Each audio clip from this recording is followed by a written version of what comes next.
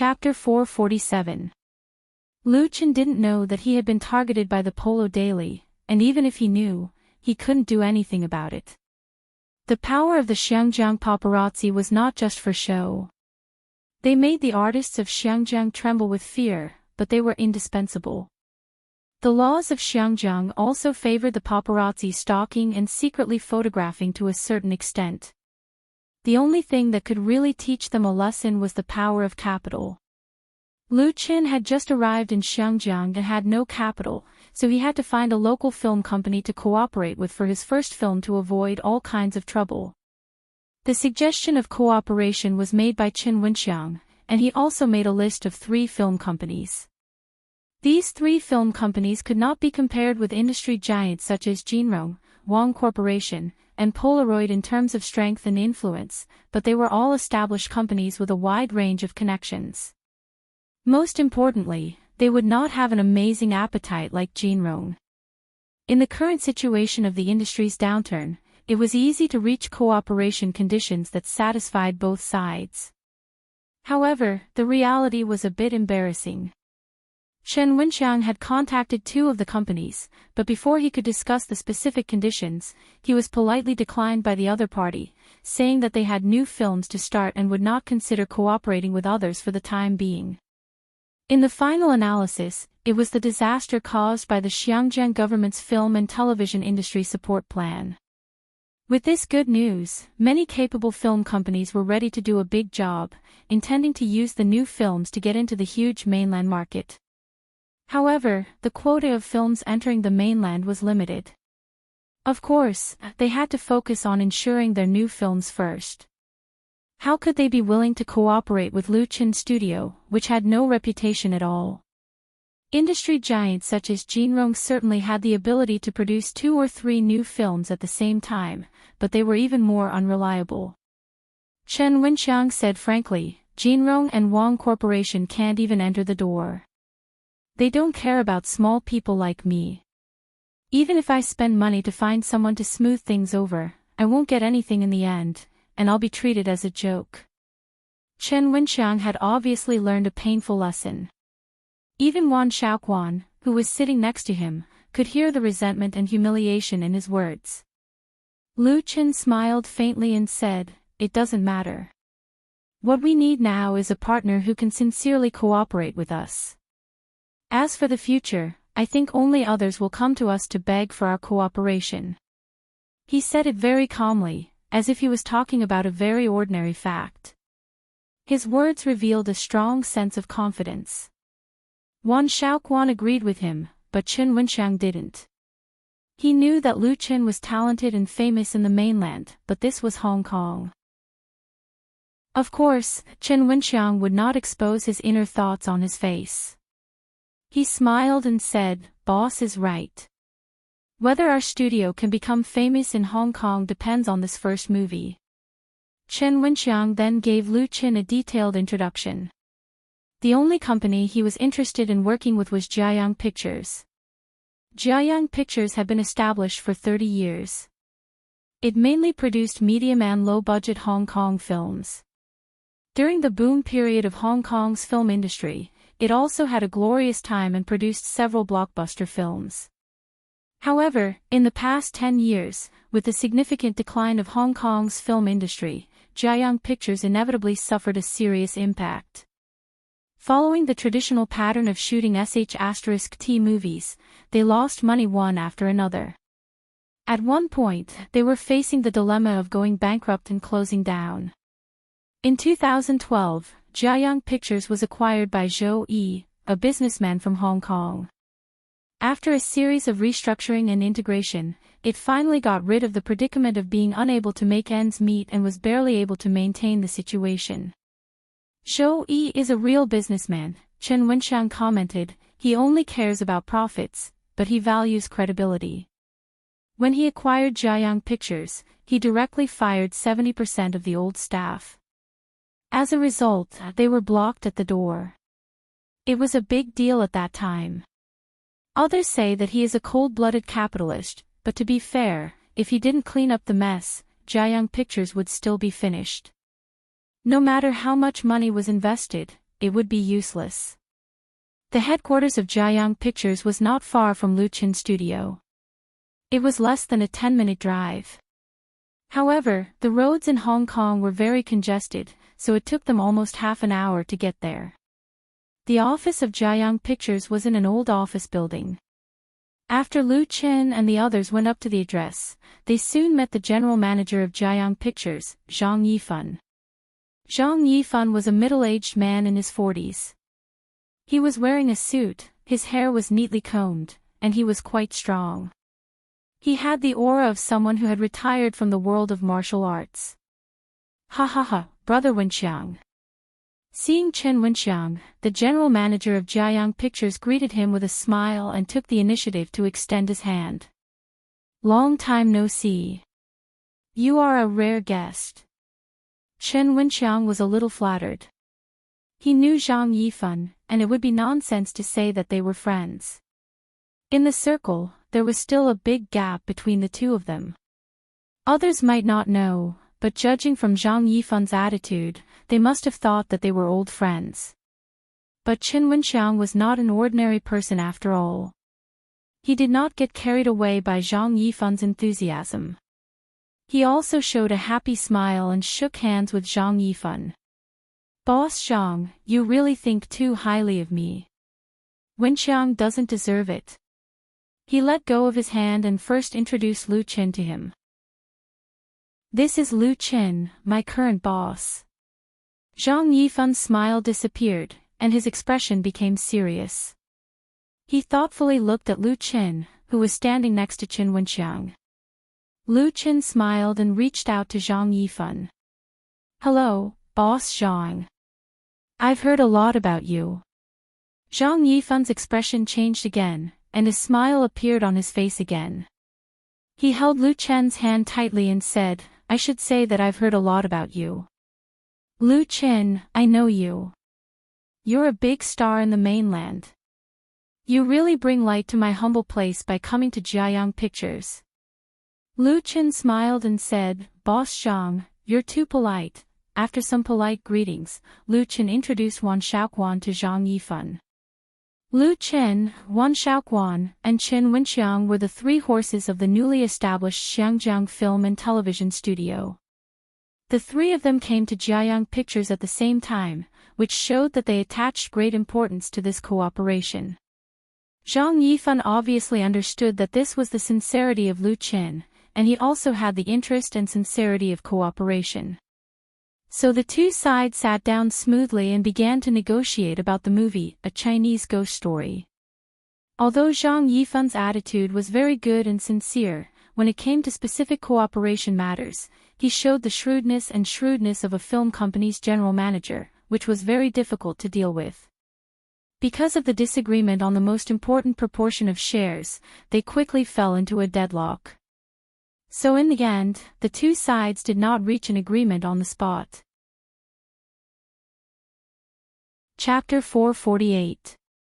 Dragging heavy steps, Ma Rongzhen slowly walked out of the main gate of Lion Rock Film and Television City, ready to take a minibus back to his home in Tianshui. Lion Rock Film and Television City was the film and television shooting base of Xiangjiang, covering an area of more than 5,000 mu. Although the scale was not comparable to the three major domestic film and television bases, it was already a large project and a large site in Xiangjiang. This film and television shooting base was built during the boom period of Xiangjiang's film and television industry. After several expansions, it formed the current pattern, with a number of large-scale ancient and modern scenic spots. In addition to receiving film and television crews, it was also open to tourists. Many of Xiangjiang's films and television works were shot in this film and television city at the foot of Lion Rock Mountain, and the scenery catered to the characteristics of Xiangjiang's film industry. So far, it has an important position in the local film and television industry. Ma Rongzhen could not remember how many times he had been in and out of Lion Rock Film and Television City. He was a student of the 7th artist training class of ATV in the late 1980s. After graduation, he signed with ATV and began to play the old-fashioned career. After the end of the period, he entered the film industry. At that time, ghost films were popular in Xiangjiang.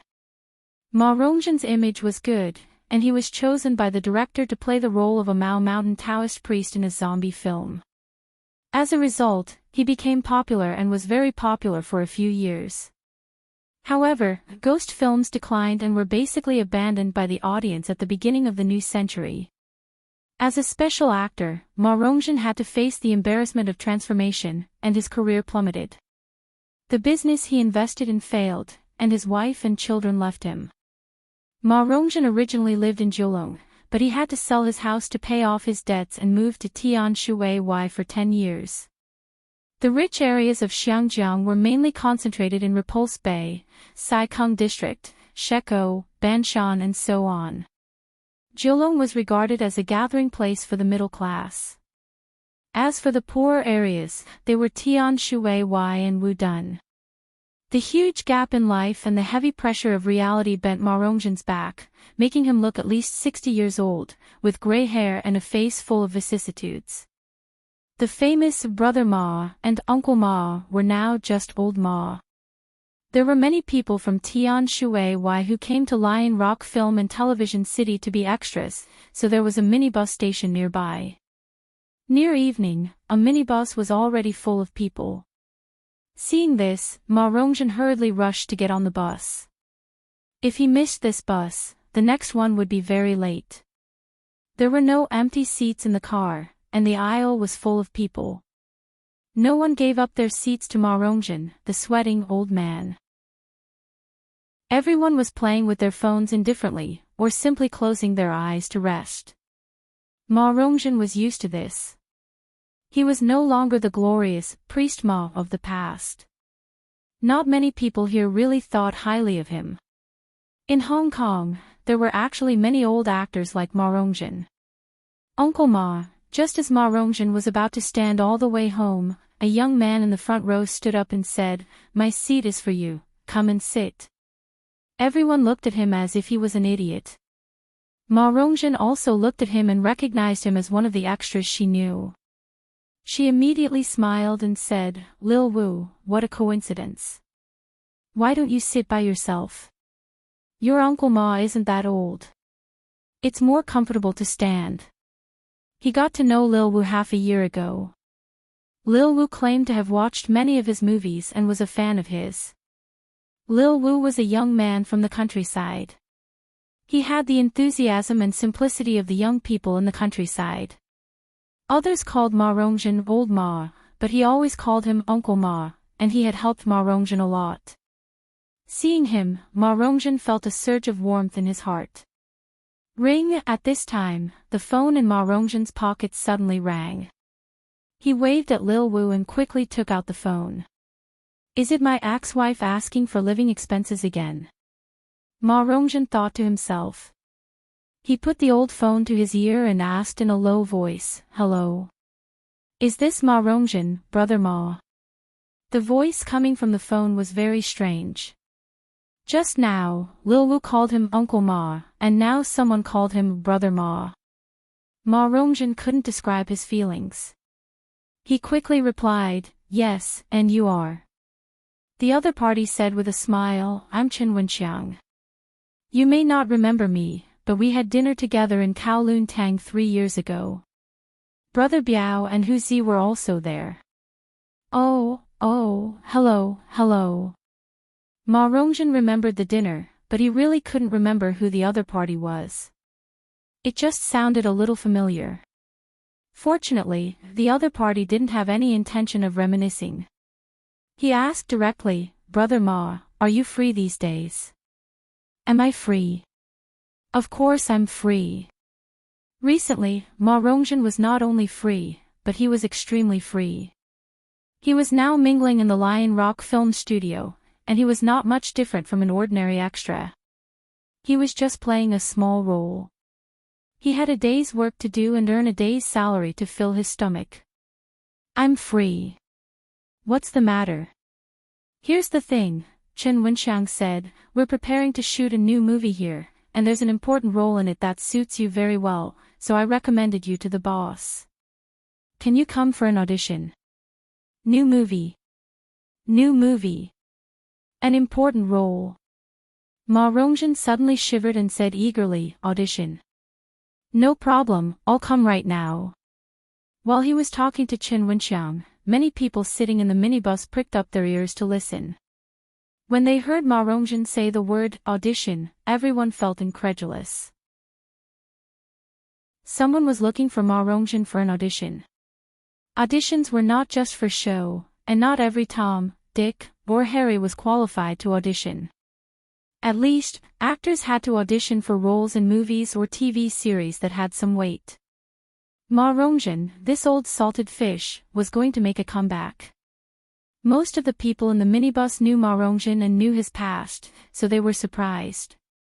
Which film company would ask this old guy for an audition nowadays? Chen Wenxiang didn't expect it either. He didn't expect Ma Rongjin to be so impatient. He turned around and asked Lu Chen a few words, then said to Ma Rongjin, how about this? Come to Shunji restaurant in Kowloon Tong. We'll wait for you there. Call me when you arrive. Okay. Ma Rongjin straightened his back and became energetic, as if he had become 10 years younger in an instant. His voice became a lot louder, I'll be right there.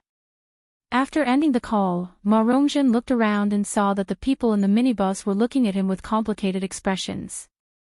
Disdain, bewilderment, curiosity, and envy. He suddenly had the urge to laugh out loud. Then, Ma Rongjin saw Lil Wu, who had given up his seat to him just now. Lil Wu was smiling, obviously happy for him. Ma Rongjin felt a surge of hot blood. He reached out to grab Lil Wu's arm and said, come with me, I'll take you to meet the boss of the movie. Maybe you can get a role. Lil Wu was pulled out of the minibus by him with a dumbfounded look on his face. Low curses came from the minibus. Bah, we don't even know if we can get it. What are you so proud of? Ma Rongjin didn't hear them at all.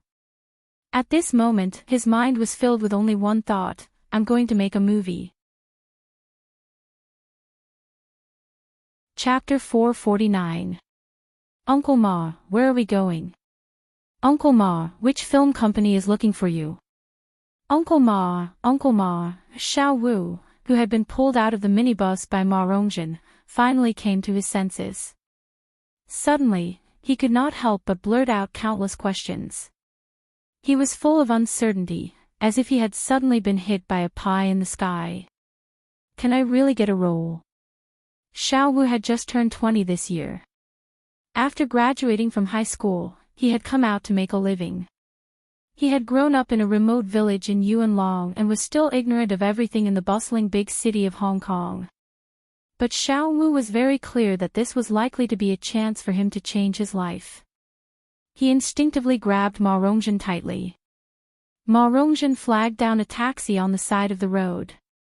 After getting into the car and sitting down, he said to Lil Wu earnestly, Lil Wu, I don't know which company hired me to act in a movie, but no matter what, as long as I can successfully audition for the role, how about you be Uncle Ma's assistant for now?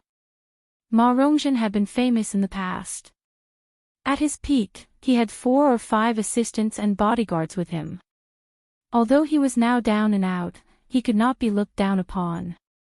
Therefore, he pulled Xiao Wu over, on the one hand, to take care of him, on the other hand, to support himself. Xiao Wu nodded blankly. Assistant. What a high-class word. He had worked as an extras in the Lion Rock Film and Television City and had seen many stars' assistants. Some of them were even more arrogant than the stars themselves. They were definitely existences that a nobody like him envied. Even if he was Uncle Ma's assistant, it was better than getting a small role with only a few lines, right? Thank you, Uncle Ma. Ma Rongjin patted Xiao Wu with relief and said, when you see the big boss later, talk less and look more. You must be polite and don't screw me up.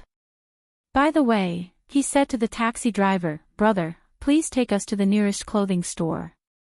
The taxi drivers in Hong Kong were generally older because young people did not like to do this hard, tiring, and low-paying job. The taxi driver looked even older than Ma Rongjin. Ma Rongjin suddenly thought of a problem.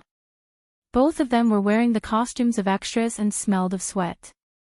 It would be too embarrassing to meet the boss of the movie like this, so they had to change into clean clothes. He was a little regretful that he had agreed too hastily just now. Fortunately, there were a lot of ready-made clothing stores in Xiangjiang that provided clothing rental services, so what he needed the most right now was to borrow a set of clothes that were at least passable to wear. Of course, Lil Wu would be there too. For this opportunity, Ma Rongjin intended to go all out. While Ma Rongjin and Xiao Wu were changing their clothes, Chen Wenxiang accompanied Lu Qin and Wan Xiaoquan to Shunji Restaurant, which was located in the bustling area of Kowloon Tong. Chen Wenxiang had already booked a private room. Today, the director of the studio took Lu Qin and the others to visit more than half of Xiangjiang. In the morning, they went to Jiayang Pictures to discuss cooperation, and in the afternoon, they went to several places, mainly to let Lu Qin familiarize himself with the basic facilities of film and television production in Xiangjiang. In fact, when Ma Rongjin was in extras in Lion Rock, Lu Qin and the others were also visiting the studio. According to the plan, most of the scenes of the new movie, A Chinese Ghost Story, would be shot here. Lu Qin was quite satisfied with the hardware facilities of Lion Rock Studio, especially the abandoned ancient temple landscape at the foot of Lion Rock, which was very suitable to be decorated as the main scene of the movie, Lanroa Temple. After seeing the shooting site, they inevitably discussed the roles and actors. In the movie, A Chinese Ghost Story, Lu Qin planned to play the role of the male lead, Ning Kaiqin. Originally, he had thought of letting Qin Fei play the role of Nia Xiaoqian, but the latter had no free time at the moment, so he had to find another suitable actor. In addition to Nia Xiaoqian, there was also a very important and eye-catching role in the movie, and that was Yan Qixia. In A Chinese Ghost Story, Yan Qixia was said to hate evil, be skilled in magic, have a wild and unrestrained personality, and still have a bit of a child's heart. To play this role, they had to find a real veteran actor. When Lu Qin and Wan Xiaoquan talked, Chen Wenxiang recommended Ma Rongjin to Lu Qin, the famous veteran actor who played the roles of Mao Mountain Taoist priest and Zhong Kuei. Lu Qin was unfamiliar with Ma Rongjin's name, but he did have some impression of the Mao Mountain Taoist priest played by the latter. He remembered watching a certain Xiangjiang zombie movie when he was a child. Therefore, he agreed to let Ma Rongjin give it a try. He did not expect that as soon as Chen Wenxiang called, the other party could not wait to come over, even though it was already evening. Ma Rongjin is also unlucky. Sitting in the private room, Chen Wenxiang personally picked up the teapot and poured a cup of hot tea for Lu Qin. He said with great emotion, Ma Rongjin married a wife who was 10 years younger than him. She was the flower of the TVB's artist class at that time, so he was very doted on and even gave birth to a son for him. Everyone was really envious of him. In the end, who would have thought that Ma Rongjin's wife would have an affair with his agent? Ma Rongjin caught them in the act, and it caused a huge uproar. In the end, they divorced. Ma Rongjin really lost both his money and his life. The money he worked so hard to earn and invested in his business were all taken away by this adulterous couple. When they divorced, his assets were divided, and he even lost his son. Wan Xiaoquan asked curiously, why? Chen Wenxiang chuckled. His son is not his biological son. Lu Qin and Wan Xiaoquan were speechless. Chen Wenxiang continued, after this blow, Ma Rongjin's career has been ruined. Of course, it is also because of the market, so he has basically disappeared. I had a meal with him a few years ago, and he is very down and out. Ma Rongjin is a very good person. Unfortunately, he met the wrong person. Wan Xiaoquan sighed and said, in today's society, good people may not necessarily be rewarded. Chen Wenxiang grabbed a handful of melon seeds and scattered them on the table. He said, bad people will also get their retribution. His agent, whose surname is Song, fooled around with his ex-wife for a few years and squandered all the money he got from swindling. Then, he courted death by seducing the concubine of a leader of the Hongqin gang. In the end, he was hit by a big truck and died on the street. It is said that his skin was crushed. Lu Qin and Wan Shaoquan looked at each other. Ma Rongzhen's story could be made into a movie. Ring ring ring. While they were talking, Chen Wenxiang's cell phone rang. He immediately picked it up and smiled. "Brother Ma, you are here. I will come down to pick you up." After hanging up, Chen Wenxiang said to Lu Qin, "Ma Rongzhen is here. I will go down first." Lu Qin nodded. "Okay." No matter what, Ma Rongzhen was a senior in the industry. Even if he was down and out, he should still be respected. It was most appropriate for Chen Wenxiang to step up. Chapter 450. Stepping into the box, Ma Rongzhen immediately saw Lu Qin sitting in the main seat. Compared with Wan Shaoquan and Zhang Xiaofang who were sitting next to him, Lu Qin was like a star in the night. He could be distinguished from the crowd at a glance and leave a deep impression. First of all, he was handsome. Lu Qin's handsomeness was different from the popular handsome men in the entertainment circle. Although he was not extremely handsome, his face was well-defined, his eyebrows were straight, and his nose bridge was straight. He had the firmness and calmness of a young man, which made people instinctively feel that he was a trustworthy person. "This is the boss of the film company." Ma Rongzhen couldn't believe it and couldn't help but be stunned. To be honest, Wan Shaoquan was more like a boss, and Lu Qin was a star artist under his company. It was more normal for him to be the male lead of the new film. While he was stunned, Lu Qin had already stood up with a smile and took the initiative to step forward and extend his hand. "Uncle Ma, I've heard a lot about you." After all, Ma Rongzhen was an old man who had been in the entertainment circle for decades. He immediately reacted and shook Lu Qin's hand. "Hello."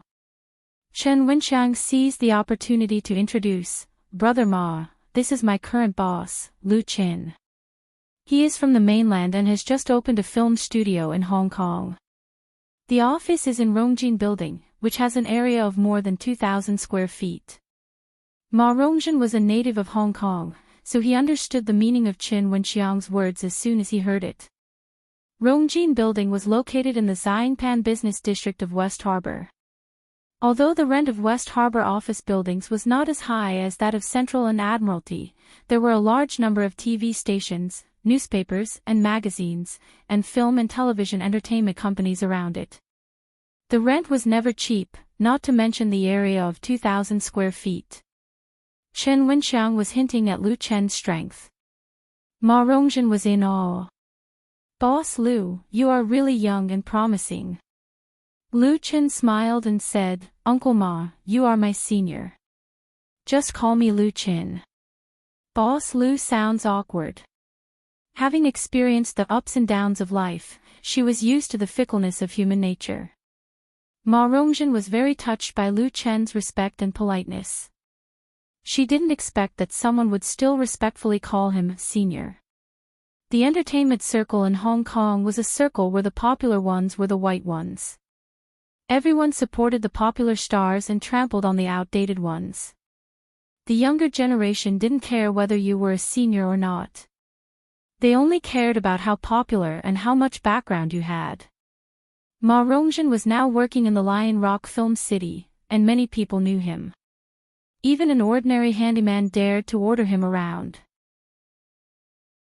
Although Lu Qin is from the mainland, with Chen Wenxiang around, it is impossible for him to know nothing about his situation. It was precisely because of this that Lu Qin's attitude was so precious. Chen Wenxiang added, "Mr. Lu Qin is a popular star in the mainland. He has released 2 solo albums and acted in 2 phenomenal TV series since his debut more than a year ago. This time, he came to Xinjiang to make a movie." When Ma Rongzhen heard that, he couldn't describe the feeling in his heart with words. He didn't doubt that Chen Wenxiang was bragging for Lu Qin, because there was no need to do so. No matter what Lu Qin's identity was, as long as he could come up with the money to hire him to shoot a movie, it was enough. Lu Chen smiled and said, "Let's sit down and talk." Everyone sat down again, and Chen Wenxiang introduced Wan Xiaoquan and Zhang Xiaofang to Ma Rongjin. Ma Rongjin also introduced his assistant Lil Wu to Lu Chen and the others. Lil Wu sat on the side, trembling with fear. He didn't even dare to breathe heavily. He had only seen such a scene in movies and TV series before. It felt a little like a dream. Chen Wenxiang called the waiter to order. The menu was given to Lu Chen first. Lu Chen randomly ordered a few dishes and handed them to Ma Rongjin. "Uncle Ma, order whatever you like." Ma Rongjin hurriedly refused. "No, I'm fine with anything. You can order." After a pause, he asked tentatively, "Mr. Lu, have you finished writing the script for the movie?" Lu Chen handed the menu to Chen Wenxiang and said with a smile, "I've already written the script. If Uncle Ma wants to read it, you can do it now." He nodded at Zhang Xiaofang, who took out a thick draft paper from his briefcase and handed it to Ma Rongjin. "Thank you." Ma Rongjin almost couldn't wait to take it and read it. He was so serious and engrossed that he even forgot the existence of Lu Chen and the others. It wasn't until the waiter served the first hot dish that he snapped out of his daze. Although he was already hungry and the aroma of the food was extremely tempting, Ma Rongjin's mind was not on eating or drinking. He held the script and looked straight at Lu Chen. "Mr. Lu, which screenwriter wrote this script?" It was so well written. Although the story was adapted from Strange Tales from a Chinese studio, there were many wonderful elements added in it.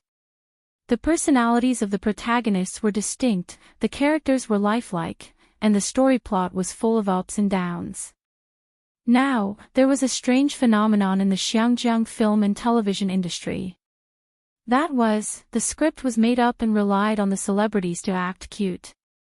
The screenwriters were eager for quick success and wanted to cater to the audience's taste, but the result was often the opposite of what they wanted.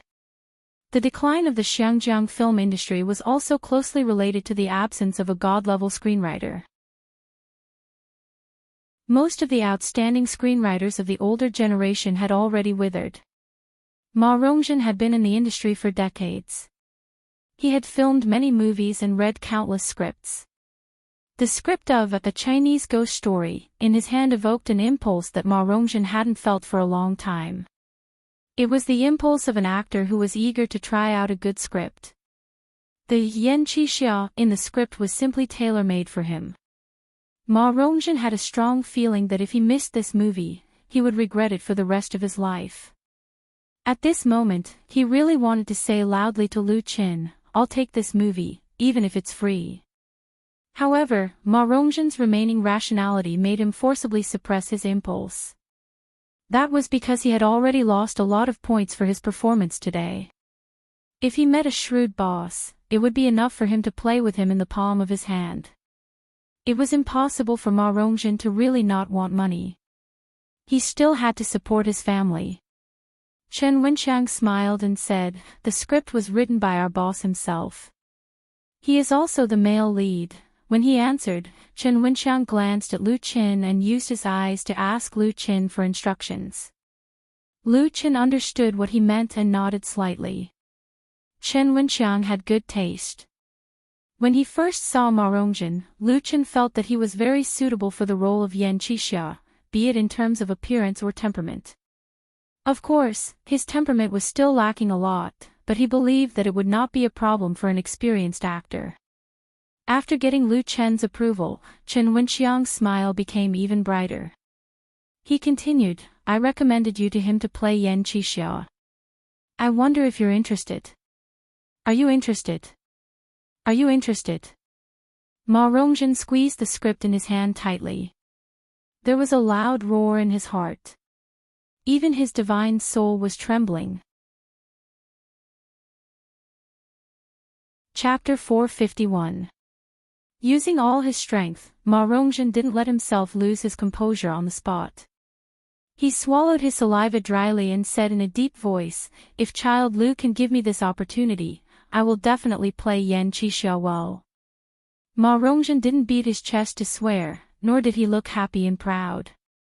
These simple words showed his confidence and determination to win, which was more sincere than any honeyed words.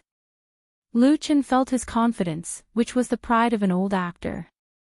At this moment, this old actor in Hong Kong who had been down for a long time finally showed a trace of his sharpness.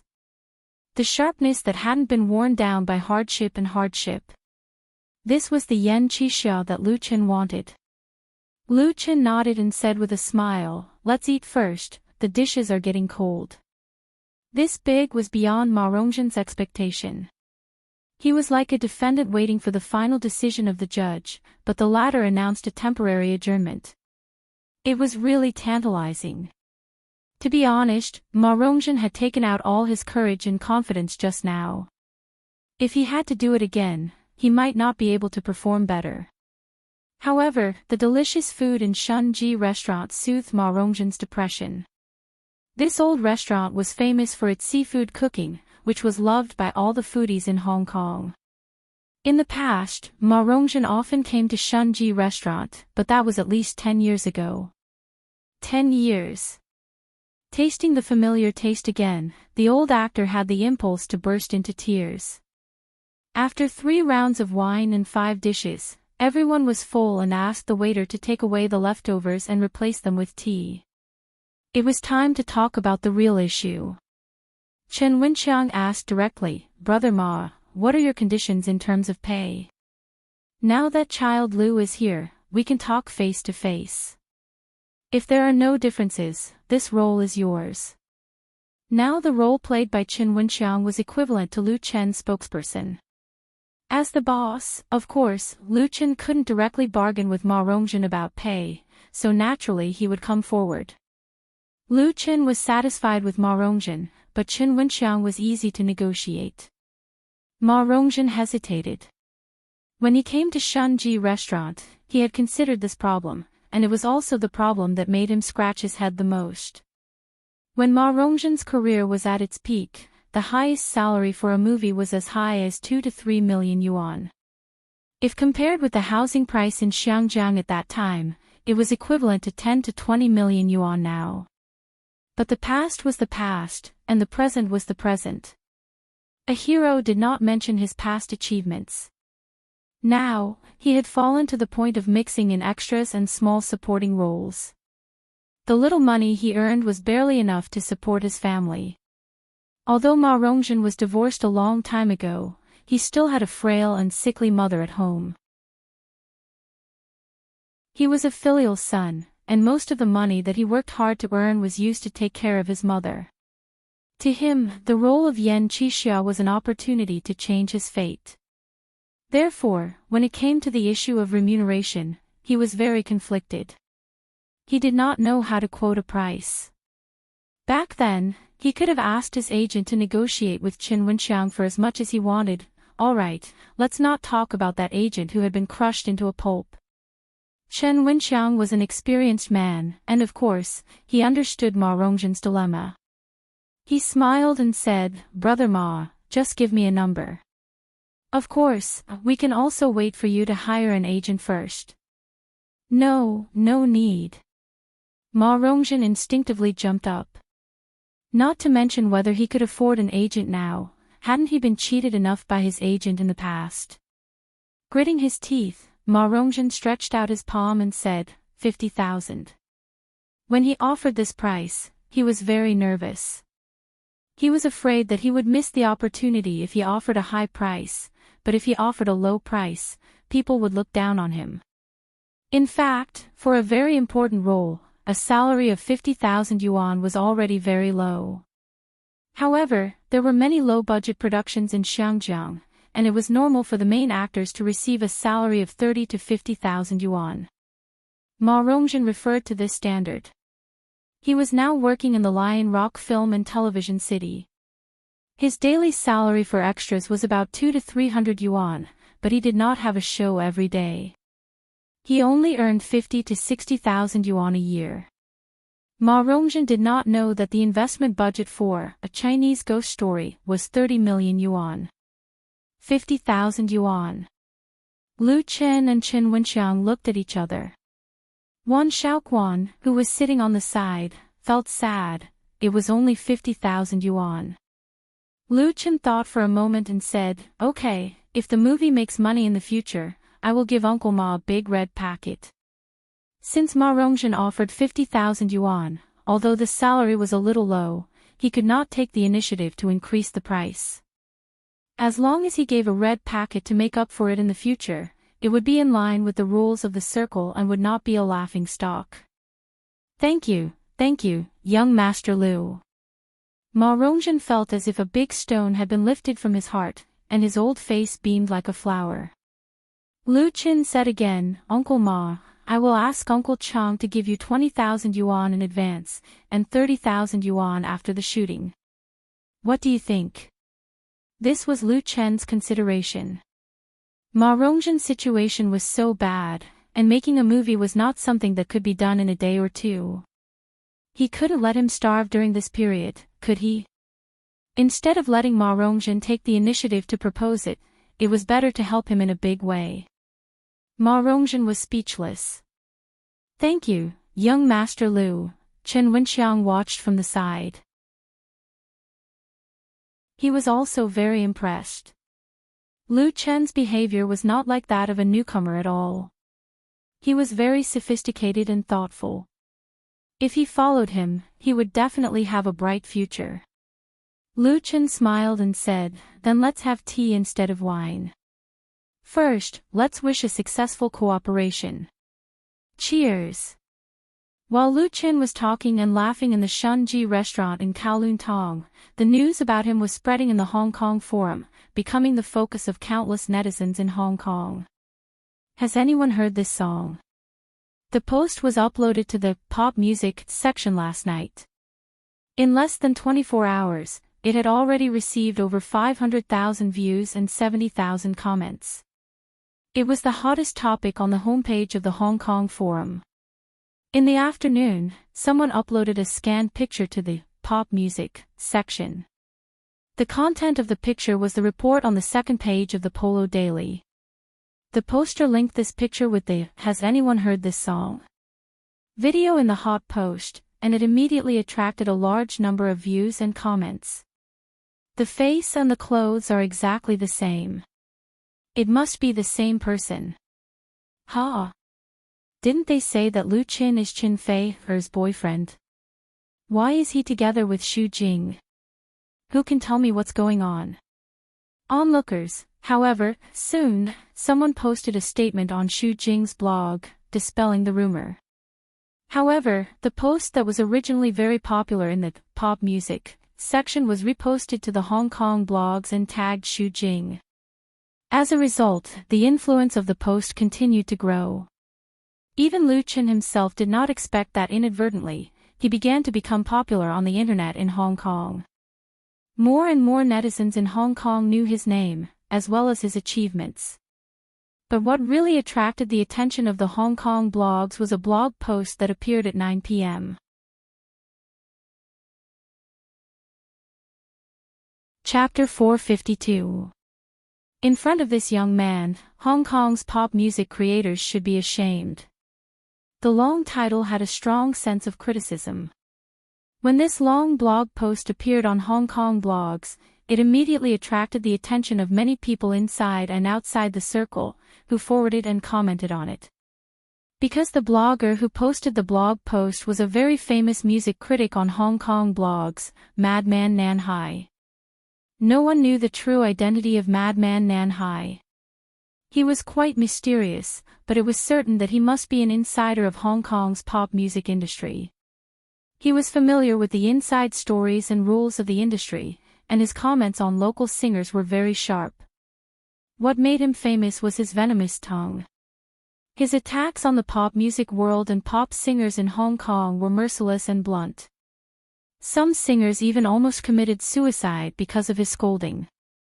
Such a person must have made countless enemies, so in the special social environment of Hong Kong, it was natural and necessary to keep his identity mysterious. However, South Sea Madman's venomous tongue was not the kind of insulting personal attacks. He was targeting problems in the music industry, criticizing the unhealthy phenomena in the music industry, as well as the singer's professionalism. It could be said that he had a target in mind. It was precisely because of this that Madman Nanhai had more than 500,000 fans on Hong Kong blogs. Many fans often read his comments before buying a singer's album. If the comments were too bad, they would definitely not buy it. However, if the new album could get a thumbs up from Madman Nanhai's blog, it would often drive a lot of sales and attract those fans who trusted Madman Nanhai. Madman Nanhai's evaluation criteria were different. A thumbs up meant recognition and praise, 2 thumbs up meant full recommendation, and not to be missed, and the worship star represented the highest honor. In the more than 10 years since he opened his blog, no more than 10 albums had been given 2 thumbs up, and the worship star had only appeared twice. The corresponding 2 albums had sold more than 1 million copies and were very popular in Hong Kong. Therefore, many singers and stars in Hong Kong loved, hated, and feared this madman. Everyone wanted to see Madman Nanhai give a thumbs up to their works, but they were afraid that the thumbs up would be upside down, which represented ruthless contempt and ridicule. In this blog post, Madman Nanhai gave a 3rd worship star to a person and a song for the first time, and used this as a topic to severely criticize the creators of Hong Kong's pop music. This person and this song were none other than Lu Chin, who sang The Love of a Lifetime at La Dolce Vita 97. The blog post reposted the most popular video from the pop music section of the Hong Kong forum. Nanhai Madman analyzed the brilliance of The Love of My Life in detail and thought that it was one of the best Cantonese songs in the past decade. It was a masterpiece that could become a classic. What made him feel distressed was that this Cantonese masterpiece was actually written by a mainland musician who had just arrived in Xinjiang. Furthermore, it was a young man who had only debuted for more than a year and did not have a music professional background. In front of this talented young man, the pop music creators of Hong Kong should feel ashamed, because when the older generation of songwriters retired or passed away, they could not inherit the essence of the skills and character style of their predecessors. They were vain and impetuous in their eagerness for quick success and instant benefits. Without a true love for music, it was impossible to create good works. Many music creators in Xinjiang were used to bringing things with them. The phenomenon of plagiarizing, imitating, and following the trend of Europe, America, Japan, and South Korea was serious. Some even directly rewrote the lyrics of foreign pop songs, seriously killing the efforts and dreams of those serious original creators. The funny thing was that many people in the industry realized that if this went on, Hong Kong's pop music would be finished sooner or later, or it would become a place where copycat music prevailed. However, no one tried to change all this. They muddled along, making the status of songwriters increasingly lower in the pop music world, creating a vicious circle. Many new so-called idol singers could not sing well after leaving the recording studio. They even had to lip-sync at concerts. All kinds of so-called new music styles were popular, causing the current Hong Kong pop music world to be in chaos. However, in such a bad situation, many people in the industry were still immersed in the glory of the past, indulging in the golden age of the 1980s and 1990s, completely forgetting that more than a decade had passed in the new century. If they did not keep up with the pace of the times, they would inevitably be abandoned by the times. And Lu Chin used this original Cantonese masterpiece, The Love of Life, to tell everyone the talent and strength of the new generation of mainland musicians, as well as their attitude towards pop music. This song was like a slap in the face of those who laughed at and despised mainland pop music, letting them know that there was nothing to be proud of in the current Hong Kong pop music world. They should be ashamed and wake up. This blog post of Nanhai Madman was very long, with thousands of words. In addition to praising The Love of Life, he severely criticized the chaos in the Hong Kong music world and pointed the finger at the creators. Hong Kong's entertainment industry was very developed. Decades of prosperity had created a large number of professionals.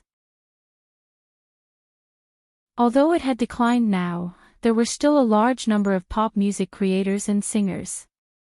Hong Kong's blogs were undoubtedly the most important public opinion position of Hong Kong's new media. Most people in the entertainment industry had their own blogs and fans. Updating and browsing blogs had also become one of their daily activities. Nanhai Madman directly slapped them in the face. Few people who were poked in their sore spot were willing to swallow it.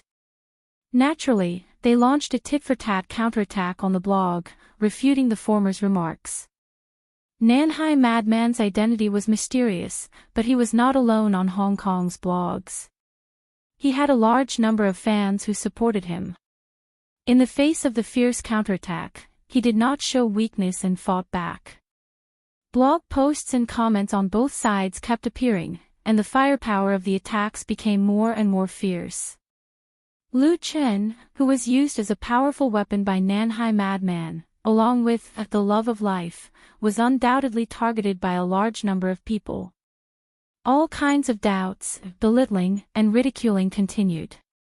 Many people still had prejudice against the mainland, thinking that the love of life could not be Lu Chen's original work, and that he must have plagiarized or copied it from somewhere. It was just that no evidence had been found for the time being. This war quickly spread from the blogs to the forums, and a large number of ordinary netizens joined the debate. Therefore, without Lu Chen even knowing it, he suddenly became popular on the internet in Hong Kong. At the same time, he was dragged into a lot of hatred by Nanhai Madman. Even if he was lying down, he would still be attacked.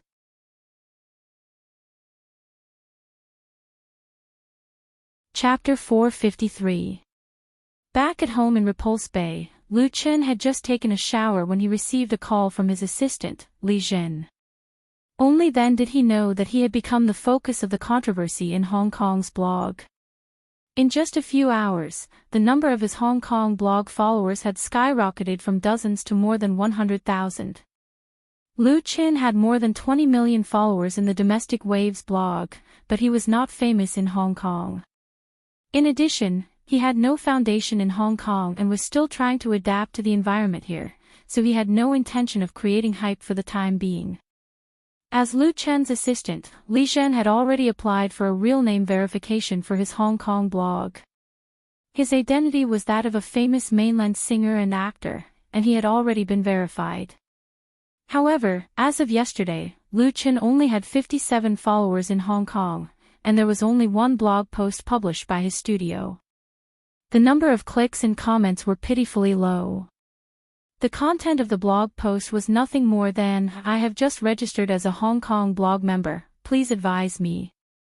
Because Lu Chen had been very low-key when he went to Hong Kong, the domestic media and fans did not know his whereabouts. It was normal for such a situation to occur.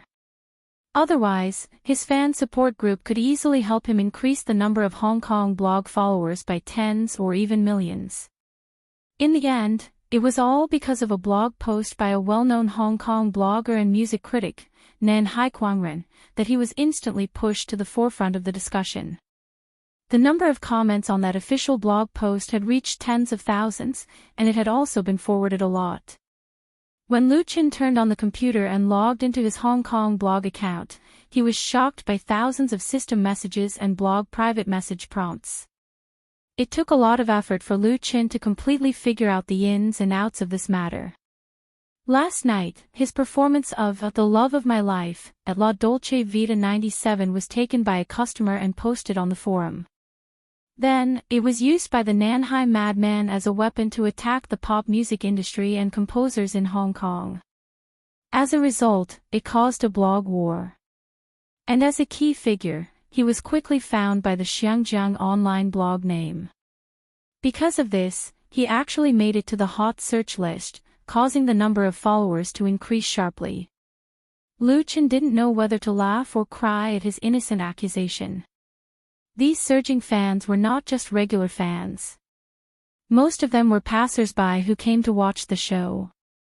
There were also some anti-fans who scolded and ridiculed him in various comments and private messages. "Go back to the mainland, Xiangjiang does not welcome you. Isn't it just a song? What was so great about it? You really know how to create hype. Tell me the truth. How much did you pay Madman Nan Hai for him to boast about you like this? Where did you copy this song from? You look down on our Hong Kong music creators. Do you think you're very powerful? Eat shit. There were even more unpleasant obscenities, which were directly blocked by the smart identification system of the blog, but it was enough for Lu Chen to see the other side of some Xiangjiang people on the internet. However, there were also many people who liked The Love of My Life. They expressed their support for Lu Chen. They felt that this song was just as Nanhai Madman had said, it was one of the best Cantonese pop songs in the past decade. These newly increased fans were eager for Lu Chen to release a single and create more and better works. Welcome to Xiangjiang. Mr. Lu Chen, although I didn't know you before today, I'm already a fan of yours. The Love of My Life is so good. You sang it so well. I watched that video 10 times on loop. Is this song written for your girlfriend? Thank you for letting me hear a good song. After spending more than half an hour, Lu Chen finally browsed through some of the comments and messages. He ignored the cursing and ridiculing anti-fans and felt that he needed to say something. After serious consideration, Lu Chen posted a new blog post on Hong Kong's blog for the first time. The title of the blog post was, "Thank you, Friends of Xiangjiang." In this blog post, Lu Chen expressed his gratitude to the Xiangjiang fans who supported him and liked his works. He specifically explained that he had come to Xiangjiang to set up a film studio and was preparing to shoot a movie. Therefore, he had no intention of releasing a single or album for the time being. This song, The Love of a Lifetime, was Lu Chen's first Cantonese work.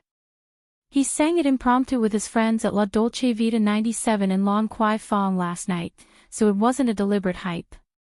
He didn't even know the madman from Nanhai. In the end, Lu Chen expressed in the blog post that he liked the prosperity and beauty of Xiangjiang very much. However, he was very disgusted with the comments and attacks of some people on the blog. It was contrary to the open and tolerant image of Xiangjiang.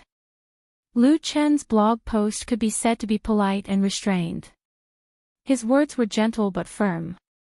He was neither aggressive nor timid. What he wrote was extraordinary writing skills. After the blog post was posted, it quickly received a large number of reposts and comments. The most obvious change was that the number of people who maliciously attacked and insulted him had decreased a lot. To Lu Chen's surprise, half an hour after the blog post was published, Lu Gangxing, the most popular blogger in Hong Kong and a big shot in the entertainment industry in Hong Kong, actually liked the new blog post, commented on it and reposted it. Lu Tianwang first welcomed Lu Chen to come to Xiangjiang to develop. He had just finished watching the bar video of The Love of My Life, and expressed that he also liked the song very much. He hoped that he could have the opportunity to cooperate with Lu Chen. In addition, he asked Lu Chen not to care about those malicious comments, because those people could not represent the people of Xiangjiang. Lu Gangxing's blog post immediately suppressed the audience. This Xiangjiang superstar who was born in the 70s was also a household name in the mainland. He was born in poverty but was extremely hardworking. His personal achievements were inseparable from the Xiangjiang entertainment industry in the 80s and 90s. He was one of the symbols of the latter's prosperity. He was a real big shot in film, television, and music. Although Lu Gangxing, who was in his 40s, had passed his peak, his position in the hearts of the people of Xiangjiang was unique. He also had a great influence in Japan, Korea, and Southeast Asia. This Lu Tianwang's Hong Kong blog had more than 17 million fans. Big enough to surpass the population of Xiangjiang.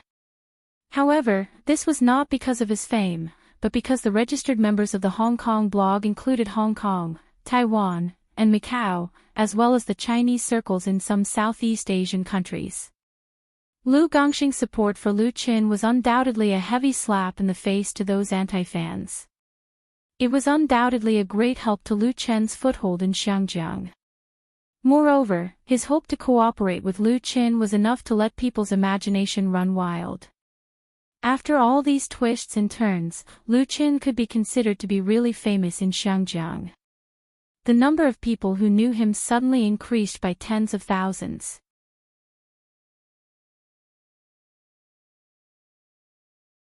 Chapter 454.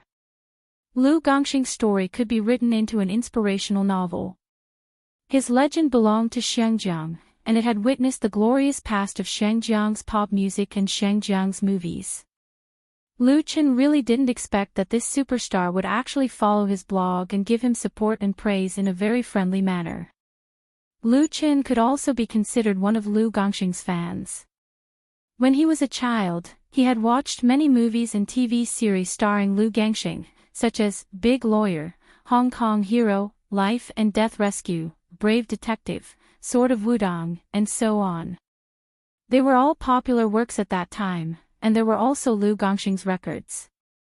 Until now, in his hometown, Lu Chen still had more than a dozen CD albums of this king of Xiangjiang. Although the current Lu Chen had already stood at a considerable height in the industry, he still had great respect for this senior who was truly virtuous and artistic.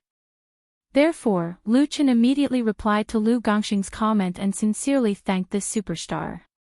He expressed that he was his fan and was looking forward to working with his idol. Lu Gongxing had a lot of fans on Hong Kong's blog. Lu Chen's respectful attitude had undoubtedly won their favor and caused the number of his fans to increase steadily. As a result, when Lu Chen had just arrived at the studio the next day, his assistant Li Zhen reported to him happily, "Young Master Lu, you're really amazing." Even Lu Tianwang liked it. Now your fans have increased to 300,000.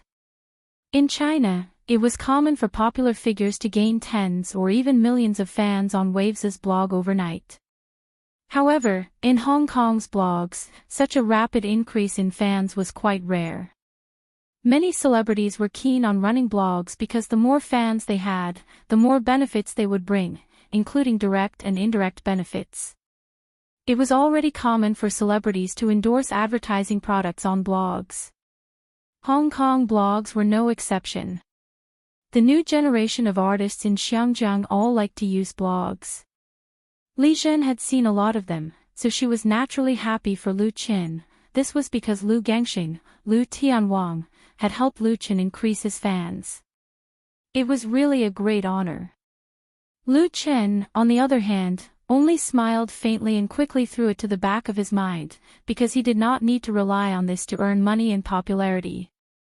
Yesterday was more like an accident, nothing more than an accident within a pleasant surprise. He would not get carried away.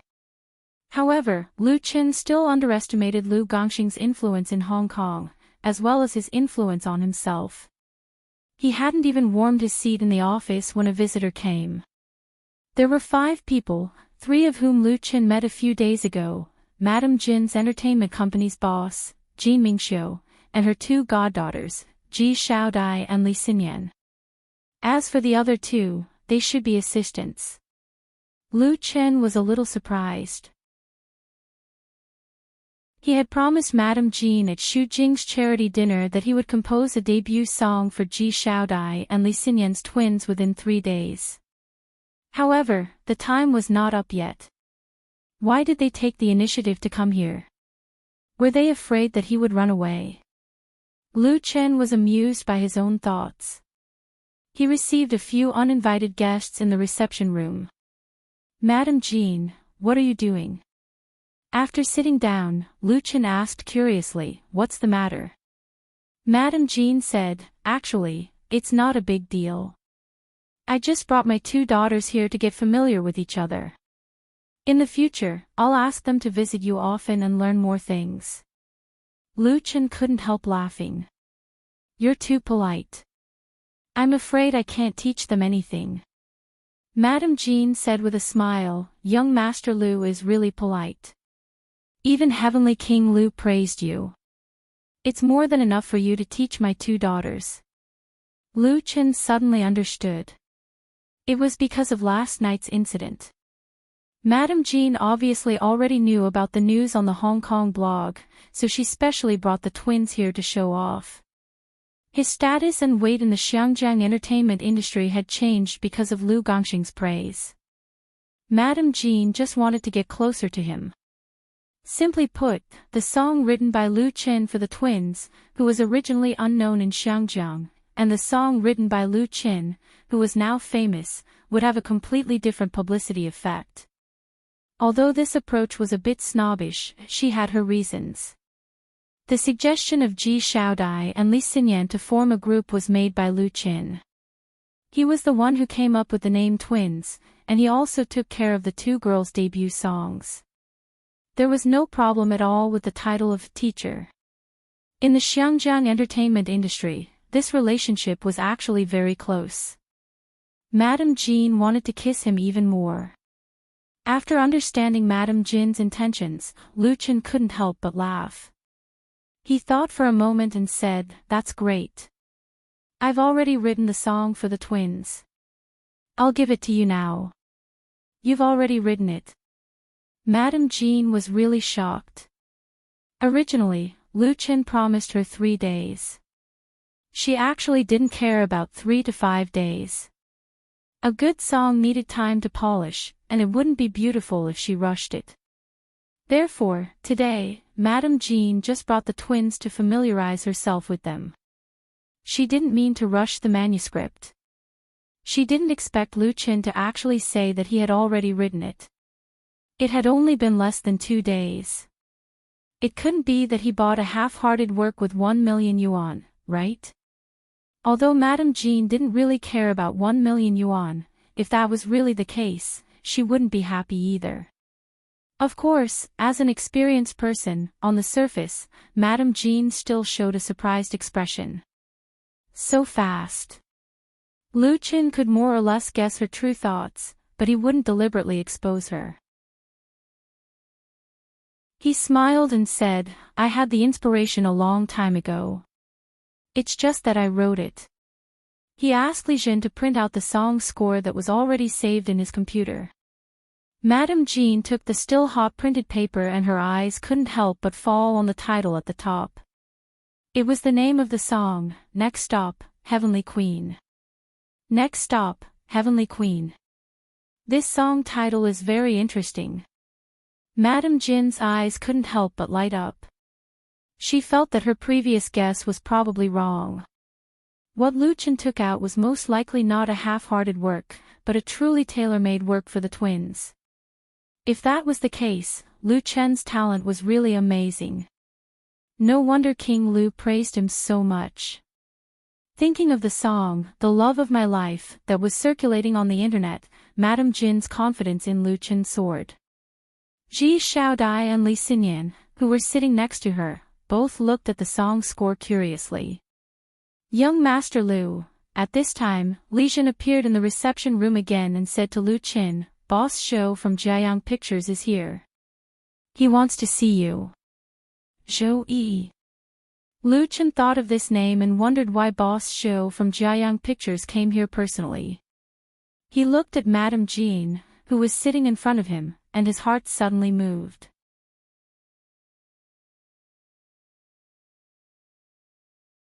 Chapter 455. In the 1980s and 1990s, Hong Kong's film and television entertainment industry was at its peak, and there were countless film companies. An ambitious and capable person in the circle could easily form a team and buy a decent script to attract a large amount of investment. Then, with a cost of 1 million yuan at most, they could spend half a month or a month to make a movie and make a lot of money. However, the golden age of Hong Kong's entertainment industry had passed more than 10 years ago. Today's Hong Kong film and television companies were at most a quarter of their heyday, but the number was still considerable, and those who could survive usually had their own foundation and characteristics. Jiayang Film's status in Hong Kong's film and television industry couldn't be compared with the top moguls, but as an old film and television company, its strength and influence were not low, especially after it was acquired by Hong Kong businessman Zhou Yi. In the past 2 years, it had produced several movies with good box office. This was also the reason why Chen Wenxiang strongly advocated the cooperation between Luchin Studio and Jiayang Film. The team of Jiayang Film was ready-made and had rich experience. This film and television company had a good relationship with several major cinema chains, so they could quickly screen in Hong Kong and get good ratings. For Luchin Studio, which has just started, it will save a lot of trouble to have such a partner. However, the first contact and negotiation did not go well. Jiayang Film's offer was very high. It was not an exorbitant price, but it was far beyond Lu Chen's bottom line. Of course, a movie with an investment budget of as high as 30 million yuan could not be easily settled by sitting down for a meal and chatting. There were many rules and regulations involved in cooperation. The so-called negotiation was actually a process of bargaining and testing each other's bottom line. Often, a final agreement could only be reached after a round of gambling. Lu Chin had already expected this, so he began to prepare for the new movie and was also mentally prepared to continue the negotiation with Jiayang Film. If they really could not come to an agreement, they could either talk to another company, or simply gather their people. Of course, that was the last choice, and it would cost a lot more time and money, which was contrary to the plan. To Lu Chen's surprise, he had just visited Jiayang Film with Chen Wenxiang and Wan Shaoquan yesterday and met their general manager, Zhang Yifan. Today, the big boss behind Jiayang Film, Zhou Yi, actually paid a return visit in person. Was this also the influence of Lu Gangxing? If that was the case, Lu Chen had undoubtedly underestimated the influence of this superstar in Xiangjiang. Lu Chen remained calm and collected as he said to Li Zhen, "Mr. Zhou, please come to my office and apologize for me." Madame Jean was still sitting here. If he abandoned this group of people in front of him to welcome Zhou Yi, then his EQ would be too low. Even if the latter was definitely here to discuss the cooperation of the new film. Yes, young Master Lu. Li Zhen nodded in agreement and left to receive Zhou Yi. Mrs. Jean smiled and said, "Young Master Lu, Boss Zhou Yi is here in person. Is he here to discuss the cooperation of the new movie? Then you have to catch him and slaughter him." Young Master Lu was a very unique title in Xiangjiang. Previously, Ma Rongzhen mentioned it first, and then Chen Wenxiang also called him Young Master Lu. Now, even Li Zhen and Madame Jean changed the way they addressed him. Originally, as a guest, it was impolite to ask about the purpose of another guest's visit. However, Madame Jean was a woman, and her smile was very amiable. Her words revealed her familiarity with Zhou Yi, so people did not feel it was abrupt. Lu Chen was curious. Madame Jean and Boss Zhou are friends. Madame Jean smiled and said, "We've had dinner together a few times. Boss Zhou is a very trustworthy person. It's reassuring to cooperate with him. Several of my artists have filmed in Jiayang Film before. It's been a pleasure working with him." She looked around and took the opportunity to push her two goddaughters out. "Young Master Lu, do you still need actors for your movie? Give Xiao Dai and Xinyan 2 roles. They can also play small roles. You don't need to pay them at all. Just treat it as letting them learn from you. How about it? Filming a movie." Both Ji Xiaodai and Li Xinyan were tempted. They blinked their eyes and stared at Lu Qin.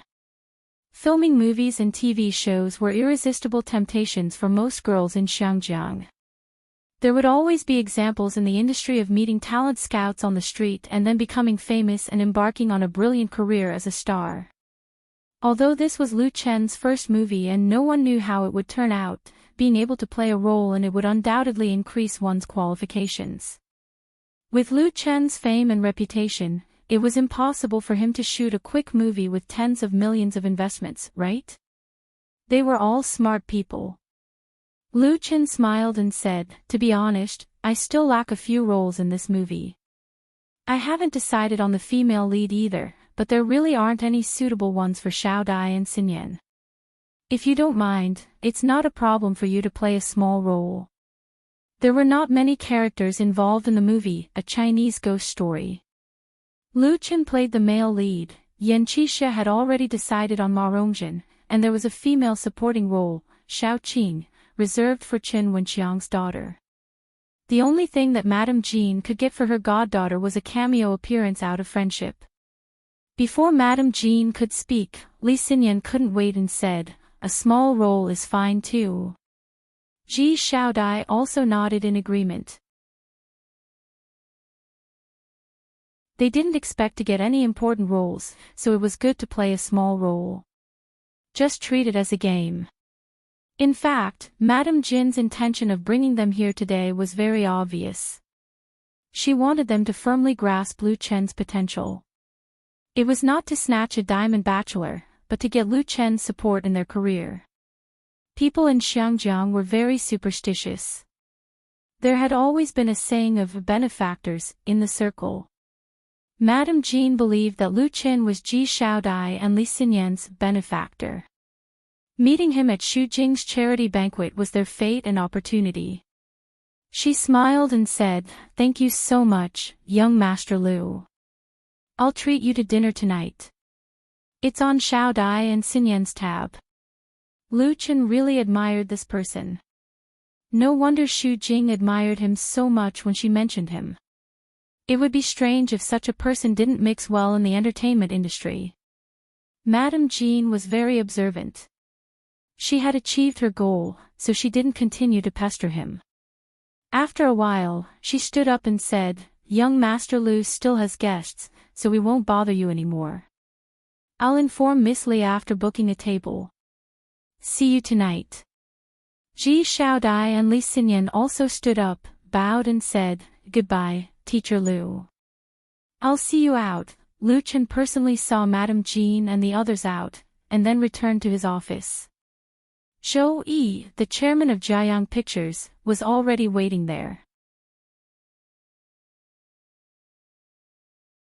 Chapter 456. Zhou Yi was a very pure businessman. He was born in a middle-class family and received a good education from a young age. After graduating from a famous foreign university, he first engaged in foreign trade, and his business was doing very well. After earning the first pot of gold in his life, he quickly switched to the financial industry.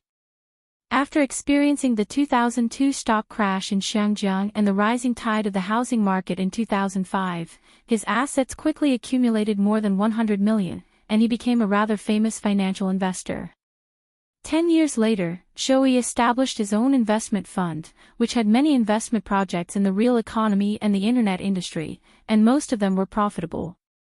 In Xiangjiang, Zhou Yi was definitely not one of the richest people, and he could not even be considered as one of the second richest. However, he was highly regarded in the industry, and was known for his accurate judgment and brilliant methods. According to Chen Wenxiang, Zhou Yi was a trustworthy business partner, but definitely not suitable to be a friend. This was because he always put profits first, and if his own interests were harmed, even if it was an old friend, he would turn against him. Therefore, this director of Jiayang Pictures had a mixed reputation in the industry. Some people had a good impression of him, while others disliked him. When Lu Chen first saw Zhou Yi, his first impression was that he did not look like a businessman who only cared about profits. He was in his 40s, slender and refined, wearing a pair of black-rimmed glasses, and had a strong scholarly air. His face was fair without any facial hair, and he looked slightly feminine. His slender eyes were reserved. Apart from Zhou Yi, there was a man and a woman sitting in Lu Chen's office. The man should be Zhou Yi's bodyguard. He was dressed very smartly, and his eyes were shining brightly. He stood silently in the corner. As for the woman, Lu Chen stared at her for 3 more seconds. It was not that Lu Chen was lecherous or impolite, but this beautiful woman in a long dress with picturesque features had an indescribable demeanor. She sat quietly on the sofa, as if she was a frozen painting of a court lady. "Mr. Zhou, sorry to keep you waiting." Lu Chen took a step forward and took the initiative to extend his hand to Zhou Yi. "Please forgive me for my negligence." Zhou Yi smiled and held Lu Chen's hand tightly as he replied, "Mr. Lu, you're exaggerating. I came abruptly. Usually, the meeting between the two of them should have been arranged beforehand." Zhou Yi and Madame Jin's arrival was very sudden. It felt like a surprise attack. Lu Chen asked, "These two are?" Zhou Yi smiled. "Let me introduce you. This is my cousin, Nie Mingzhu." The woman in the white dress slowly stood up and extended her hand to Lu Chen, saying, "Hello, Mr. Lu." Her voice was very pleasant, a little soft, and she spoke fluent Mandarin. It had the taste of Jiangnan. "Hello." Lu Chen held her little hand and was a little surprised. "Miss Nie, have you lived in Suzhou before?" Nie Mingzhu smiled and said, "I was born in Xiangjiang, but I spent high school and university in Jinling. I even worked for Su Yang for a year, so I can be considered half a Jiangnan person." There was a smile at the corner of her mouth, with a hint of playfulness, and her whole person seemed to have become lively because of it. Lu Chen was secretly amazed. In terms of appearance and temperament, among all the women he had seen, only Chen Feier and Qin Qin could be compared to her, and they condensed the beauty of heaven and earth. Lu Chen deduced that the other party's family background was definitely not ordinary. An ordinary family would not be able to cultivate such an outstanding young lady. Burying his thoughts in his heart, Lu Chen invited the two of them to sit down again and asked Li Zhen to bring a new cup of tea. The atmosphere between the two of them was very good. Zhou Yi did not explicitly state the purpose of his visit. Instead, he chatted with Lu Chen about the current film and television industry in Xiangjiang, including the existing problems and future development direction. He focused on the industry support policy that the Xiangjiang government had just introduced and its impact on the entire industry. Zhou Yi was obviously not the kind of person who boasted and spoke eloquently. He did not say much, but he was always able to hit the nail on the head. Many of his viewpoints made Lu Chen feel refreshed. Following this topic, Zhou Yi talked to Lu Chen about a Chinese ghost story. He thought that Lu Chen had chosen a good time to come to Xiangjiang to develop, and the success or failure of this movie was very important, especially in terms of quality. There was no room for sloppiness. According to the current news, there were only 24 movies produced in Xiangjiang that could be screened in the mainland through the support policy, which was exactly 2 movies per month. Compared to the number of movies produced in Xiangjiang every year, there were really too many monks and not enough gruel. The competition would definitely be extremely fierce, and getting a slot was not only based on connections, but more importantly, the quality of the movie. Even if a shoddy movie could pass the review and be screened in the mainland, it would still be a disgrace. The Xiangjiang government would definitely not agree to it. Lu Chen deeply agreed with this. He had an understanding of the policy conditions in this area, but not as in-depth as Zhou Yi. At this time, Nie Mingzhu, who had been playing the role of a listener, also interrupted.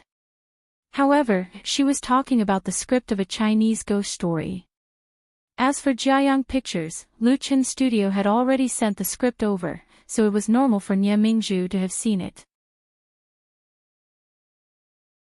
She was obviously very interested in the story that was adapted from Strange Tales from a Chinese studio. There were quite a lot of questions. Lu Chen patiently answered them one by one. He had already understood Zhou Yi's real intention. The other party did not mention it directly, undoubtedly because he did not want to fall into a passive position in the subsequent negotiations. Instead, he put the choice on his side. Zhou Yi finally said, Mingzhu graduated from the Jinling Film and Television Academy and majored in acting. Originally, she planned to stay in the country to develop, but her family was worried, so she returned to Xiangjiang. So that was it. Lu Chen nodded, indicating that he understood. There was no need to be too straightforward when talking to a smart person. After this exchange, although it did not involve any negotiation terms, in fact, the two parties had taken a big step towards the success of the cooperation. The following developments also proved this point. In the following days, Lu Qin Studio and Jiayang Pictures started a new round of negotiations, and finally reached an agreement on the 7th day after Lu Qin arrived in Xiangjiang. Both parties were very satisfied with this agreement. Lu Qin held his bottom line, and Jiayang Pictures not only got a share of the profits, but also got the female lead of a Chinese ghost story and another important supporting role, Grandma Tree. The one who played Nie Xiaoqian was Nie Mingzhu.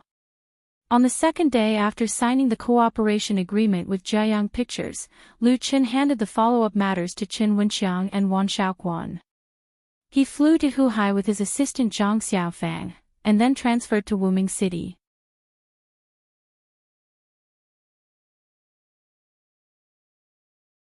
Chapter 457.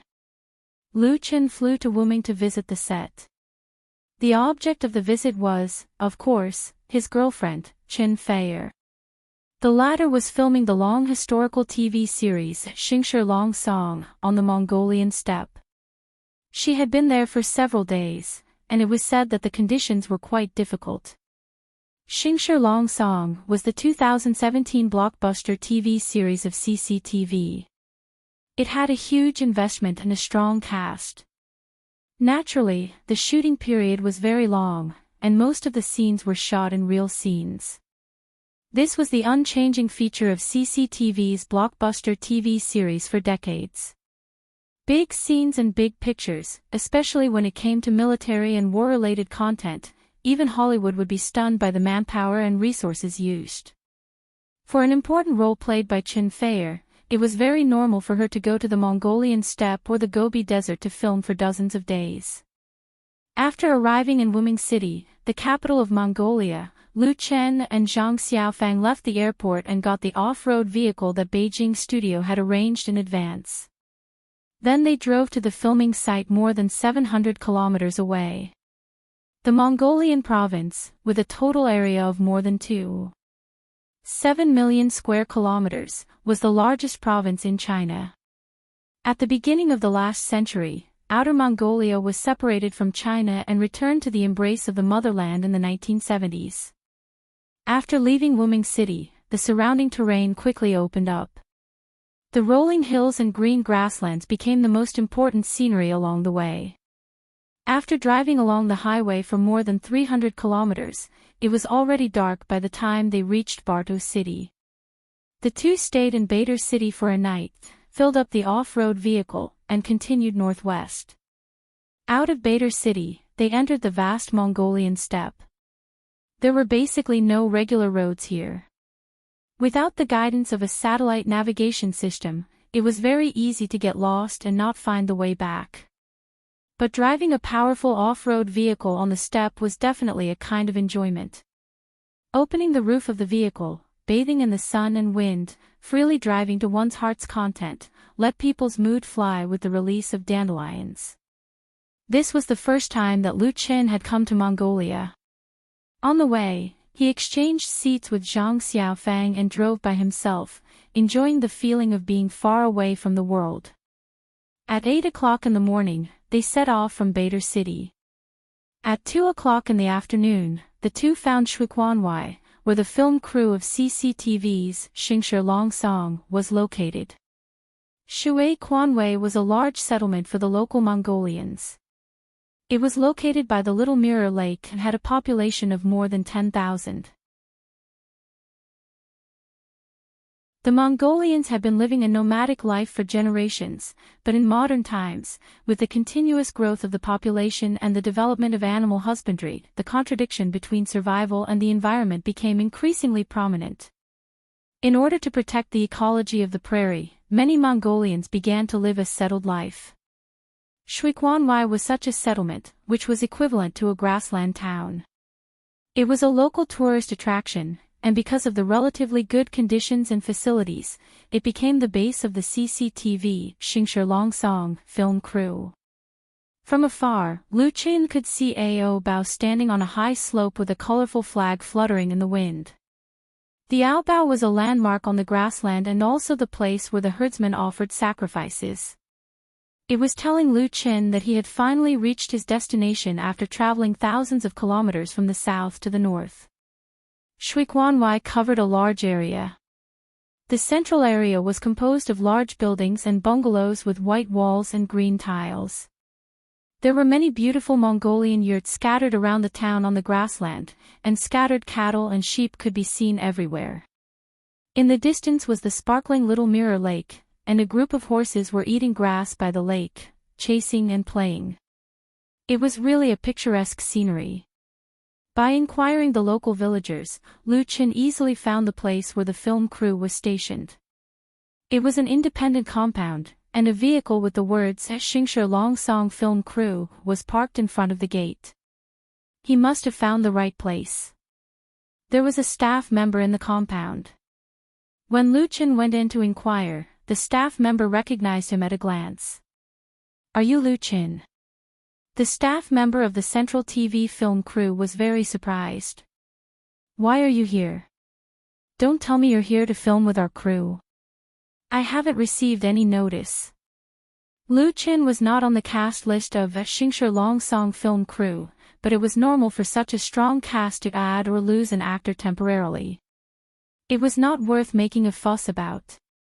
Lu Qin smiled and said, "I'm here to visit." Visit? The staff member was suddenly speechless. It was also normal for actors and artists to have friends in the circle to visit when they were filming outside. However, this was the central area of the Mongolian grassland, and the nearest city was hundreds of kilometers away. The staff member was very experienced, but he had never seen anyone like Lu Qin. He suddenly came to a realization. "You're here to see Qin Fei, aren't you?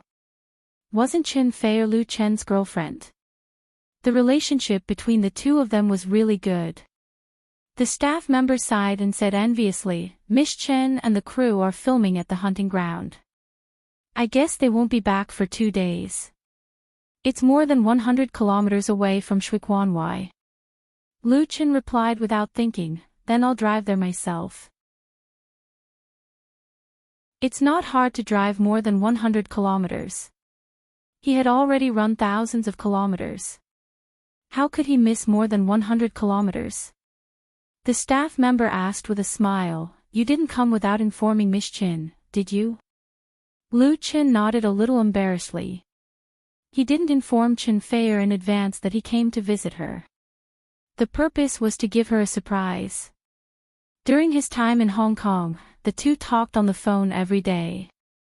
He knew that Qin Fei had a hard time filming, and he almost had a scandal. Although it was just a misunderstanding and it had been solved, he still felt a little sorry in his heart. Therefore, before the shooting of A Chinese Ghost Story officially began, Lu Qin rushed over to visit her. It was difficult for lovers in the entertainment industry to stay together for a long time. If the relationship wanted to remain unchanged, both sides needed to maintain it carefully. Although the relationship between the two had always been very good, it didn't mean that they didn't need to be cared for. Sure enough. The other party slapped his thigh. "I knew it would be like this. It's really romantic. Then I'll go with you and give you something by the way, so that you don't go the wrong way." Lu Qin was surprised. "That won't delay you, right?" The staff member said with a smile, "It doesn't matter. There are other people stationed inside. I'll just tell them." Lu Qin was grateful. "Thank you so much."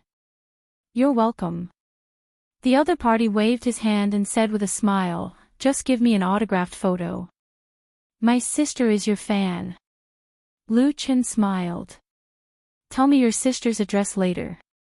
I'll ask Beijing Studio to send her a signed limited edition album." Great. So, under the leadership of the crew member, Lu Qin and Qin Fei drove to the hunting ground 100 kilometers away again. They traveled all the way just to meet their beloved.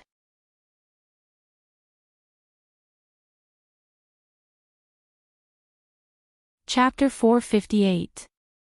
The filming location of Golden Song Row was a hunting ground more than 100 kilometers away from Shuiquan Circle. The hunting ground was located on the bank of Shuaiquan River, which was the only source of Little Mirror Lake.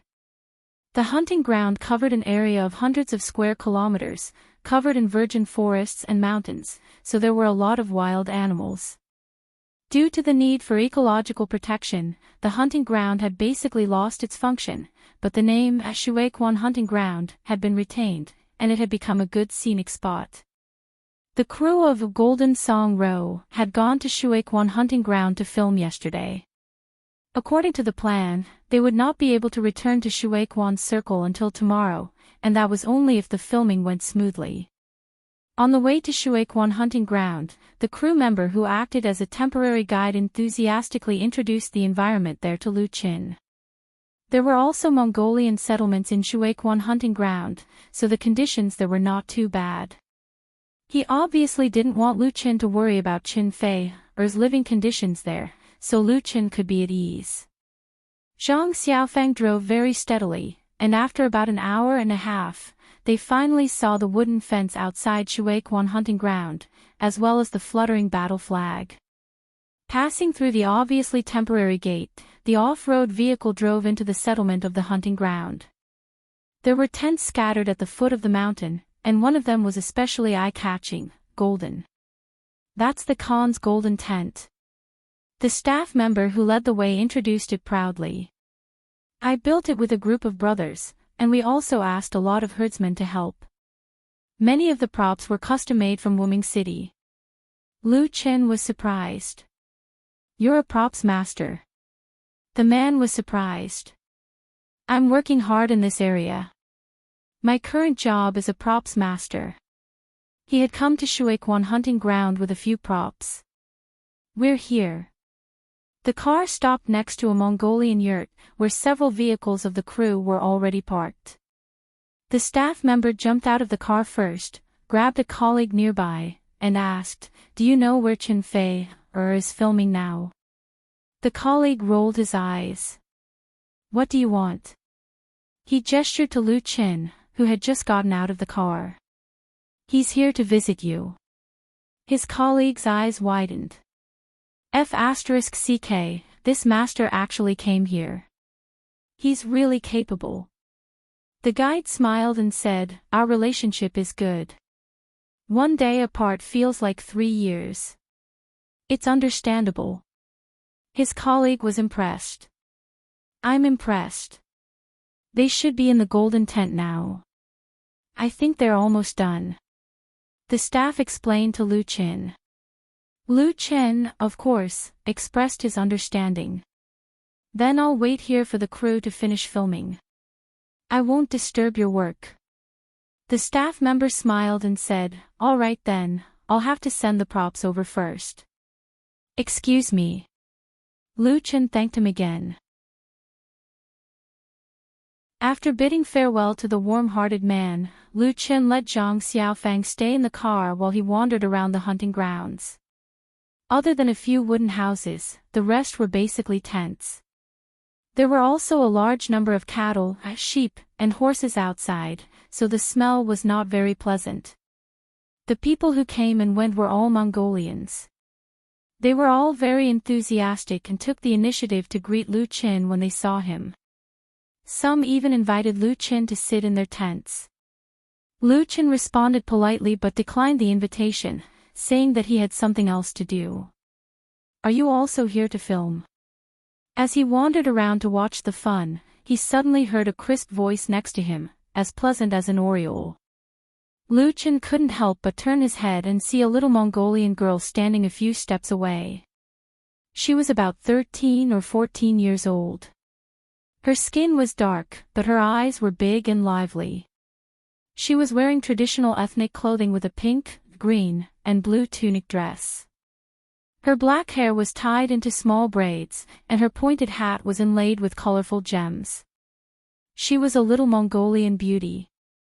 She was also holding a long whip in her hand. Behind the little girl was a little brat with a runny nose. He was probably her younger brother. He was tugging at his sister's belt and timidly peeking at Lu Qin. Lu Qin found it interesting. He leaned over and replied with a smile, "I'm not here to film. I'm here to visit. The other party's Mandarin was very standard, without any regional accent. Visit? The little girl clearly didn't understand the meaning of the word. Lu Chen explained, I'm here to visit a friend who's filming. Ah. The little girl suddenly understood. Then he must be a very, very good friend of yours, right? Lu Chen nodded with a smile and asked, Little girl, what's your name? The little girl replied very seriously, My name is Jejentana. I'll be an adult in 2 years. She meant that she wasn't young anymore. Lu Chen chuckled. Jejentana. The pearl of the grassland. What a nice name. Jejentana was surprised. You know the meaning of my name? Lu Chen smiled but didn't say anything. In Mongolian, Jejentana meant pearl. Lu Chen had found it out from Fong Mingyi's memory. The latter could speak simple Mongolian and had traveled on the Mongolian grassland. However, in Fong Mingyi's world, Outer Mongolia didn't return to the motherland, which became a pain in the hearts of countless people. The memory came back, and for a moment, he couldn't help but be absent-minded. Jejentana rolled her dark eyes and asked, How long are you going to stay in the spring hunting ground? Lu Chen came back to his senses and replied with a smile, Just a day or 2. I came from Xiangjiang. Xiangjiang, for Jejentana, Xiangjiang was undoubtedly a very distant place. There was a trace of confusion on her face. Who's your visiting friend? Lu Chen said, Her name is Chen Fei, Do you know her? Sister Fei, Jejentana's eyes suddenly lit up. Your sister Fei's friend. She was very smart. Boyfriend? Lu Chen nodded with a smile. Jejentana's face fell a little as if she had thought of something. Lu Chen. Lu Chen was about to speak when he suddenly heard Zhang Xiaofeng shout, which made his heart tighten. It must be that Chen Fei was about to come out after the shooting at the Golden Tent. He didn't have time to chat with this very interesting Mongolian girl and said, I'm going over. Goodbye. Wait. Jejentana suddenly stopped Lu Chen, then stuffed the whip in her hand into his hand and said, This is for you. Don't lose it. After saying that, she turned around and ran away with her brother, disappearing between the yurts in the blink of an eye. Lu Chen held the whip in a daze, but it was too late for him to refuse. But he didn't care about such a small thing now, because he had already seen a figure appear at the Golden Tent from a long distance. Lu Chen ran in that direction without thinking. The familiar figure became clearer and clearer.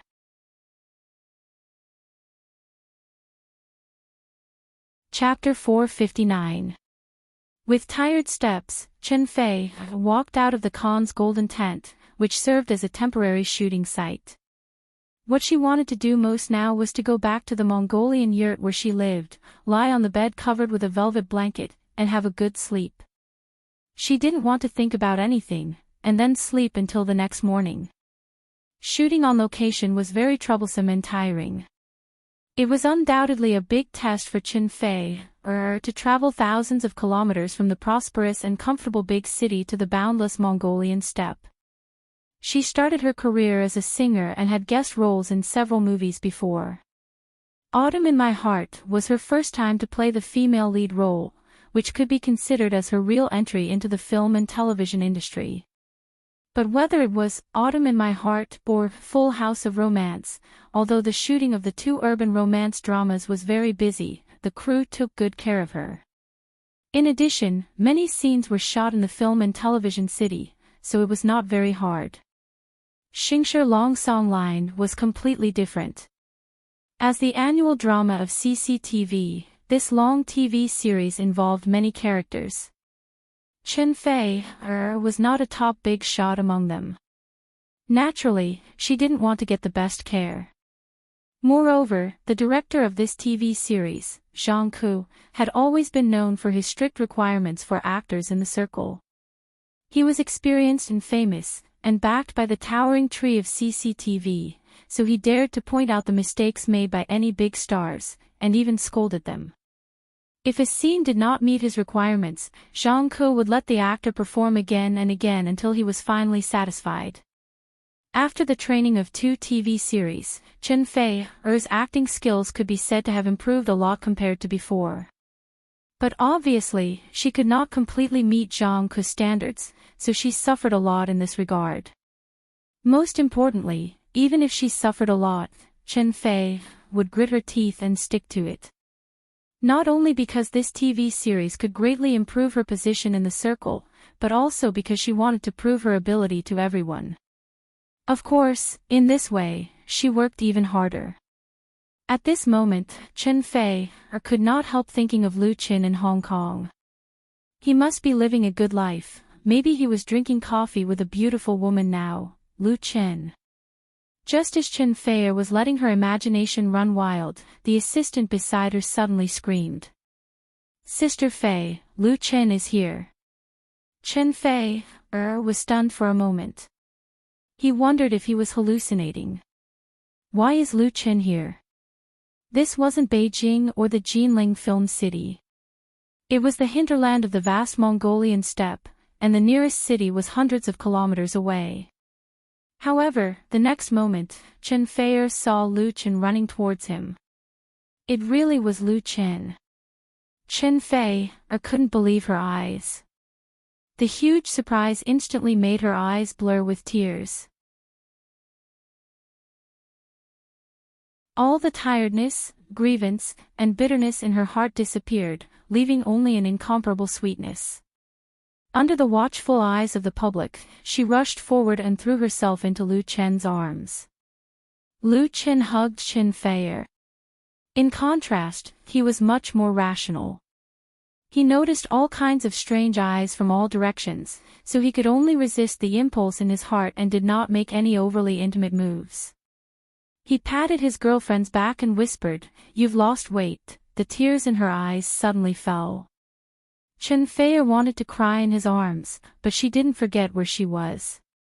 She gently broke away from Lu Qin's arms, reached out her hand to wipe the tears from the corners of her eyes, and asked, "Why are you here?" Lu Qin smiled and said, "I missed you, so I came." The onlookers expressed that these words of love gave them goosebumps all over their bodies. Many single people suffered 10,000 points of critical damage at the same time. They simply couldn't continue to watch. "Chen Fei, is this your boyfriend?" The words of praise came from a dark and thin middle-aged man. He was about 40 or 50 years old, wearing a dark gray jacket. His hair was messy, and his cheekbones were high. He looked at the two of them with a pair of bright eyes. Chen Fei hurriedly introduced him to Lu Qin. "This is our director, Director Zhang Ke. "Hello, Director Zhang." Lu Qin immediately stepped forward and took the initiative to extend his hands to him. "I'm Lu Qin. I've heard a lot about you." It was estimated that everyone in the country knew Director Zhang Ke, and Lu Qin was no exception. He was a direct TV series director of CCTV. He had shot large-scale historical series such as Qin, Romance of Sui and Tang, The Ming Empire, Opium War, and so on. Not only was he well known in China, but he also had a great reputation in the Asian film and television industry. In front of this great senior in the circle, no matter how many TV series and movies Lu Qin had shot, he was still a junior. Zhang Ke shook hands with Lu Qin, and a smile appeared on his serious face. "I know you. Zhang Wendian once mentioned you to me. Is Wan Shaoquan helping you now?" Lu Qin replied respectfully, "Yes, Director Wan is currently in Hong Kong to shoot my first movie." Zhang Ke nodded. "It's not easy for Wan Shaoquan either." "You're very good." He looked at Chen Fei and said, "As Chen Fei's boyfriend, you are qualified." Everyone laughed. At this moment, there were a lot of people around, many of whom were actors in the crew. They were still wearing their costumes. Those with high status could stand in, while the extras could only look at them from afar and point at them. The male actors admired and envied Lu Qin, while the female actors mostly admired and envied him. It was very common for stars to visit the set, but coming here to visit the set was not something that ordinary people could do.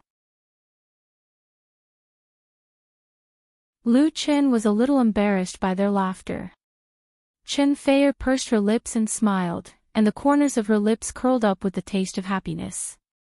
She introduced other actors to Lu Qin. This is Big Brother Shirlang. This is Yen Kong, Teacher Yen.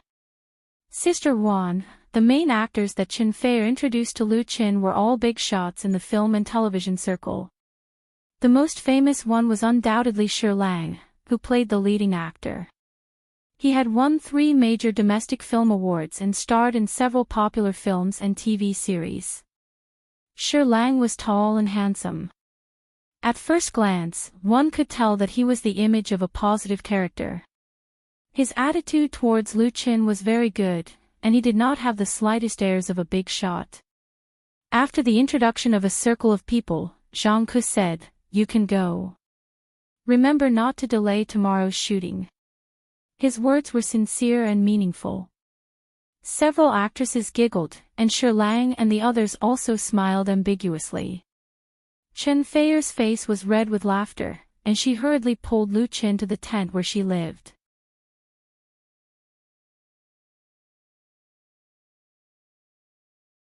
Chapter 460. Absence makes the heart grow fonder. They hadn't seen each other for more than half a month. Couples in love always wanted to be together at all times.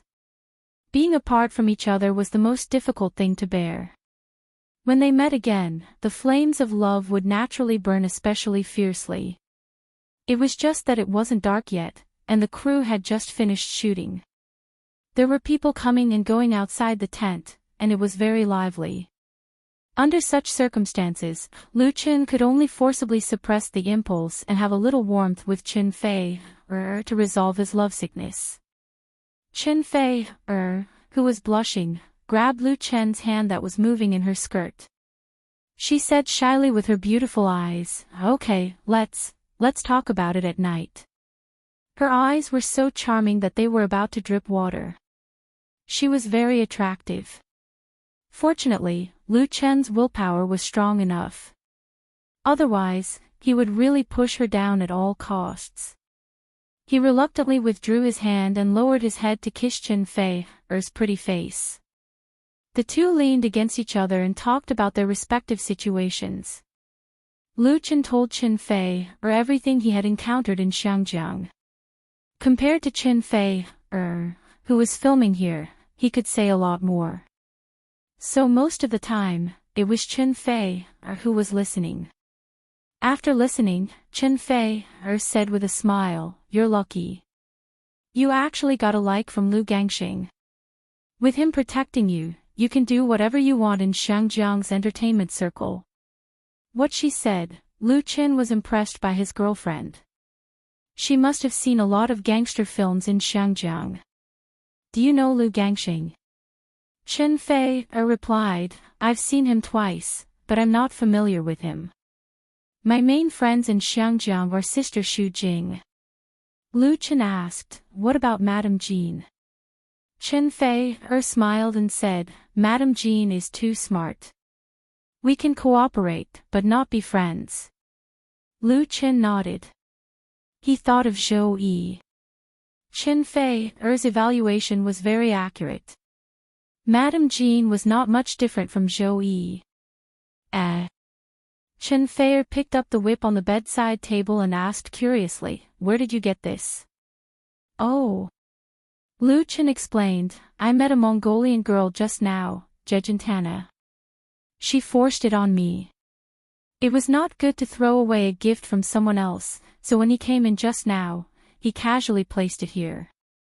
Jejentana. Chen Feier was surprised. "Is it Jejentana from the Qian family?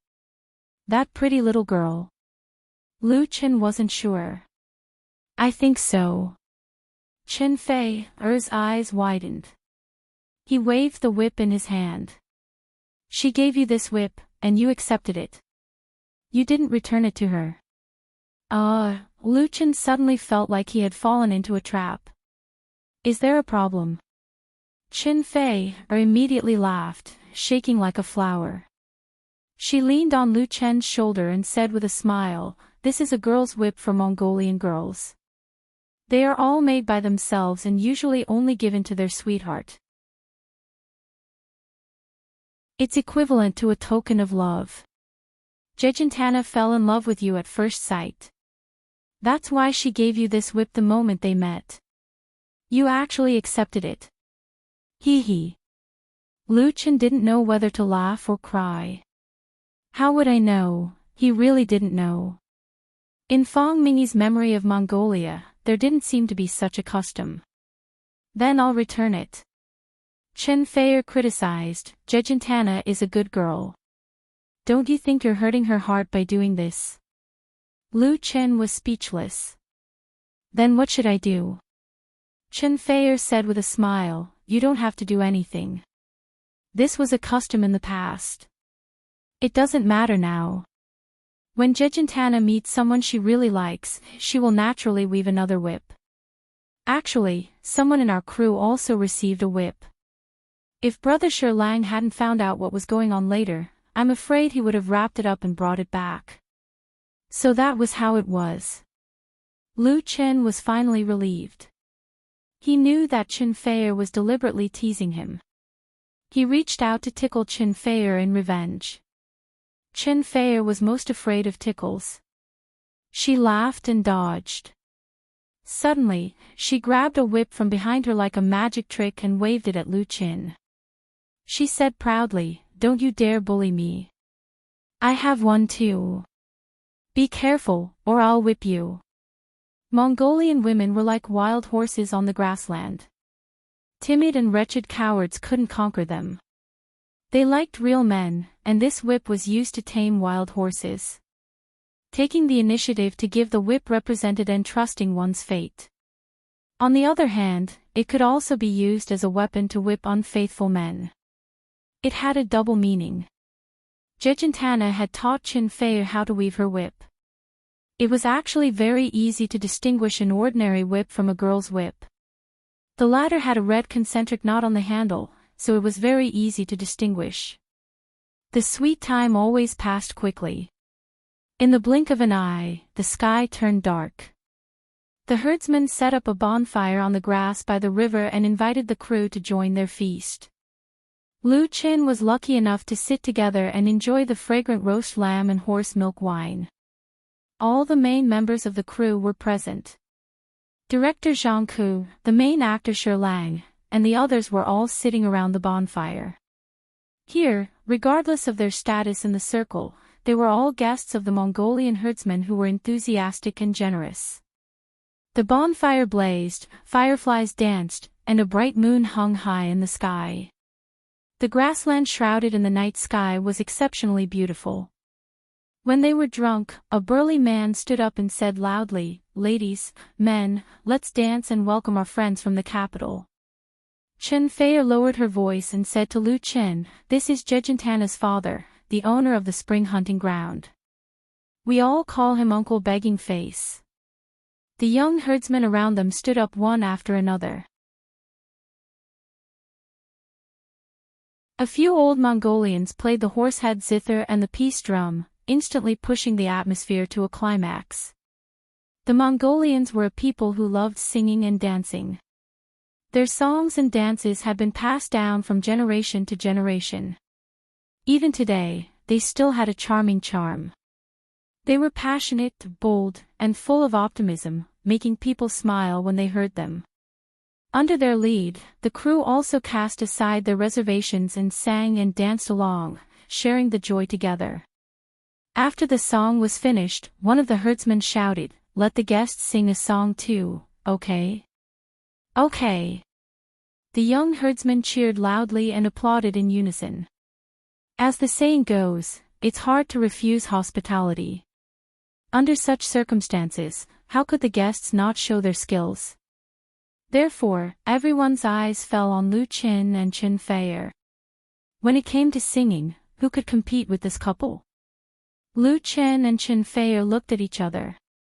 The latter pursed her lips and said with a smile, "You sing." Lu Qin did not refuse. He stood up big and said, "Then I'll show my incompetence and sing a song." "Okay." Applause and cheers rang out again.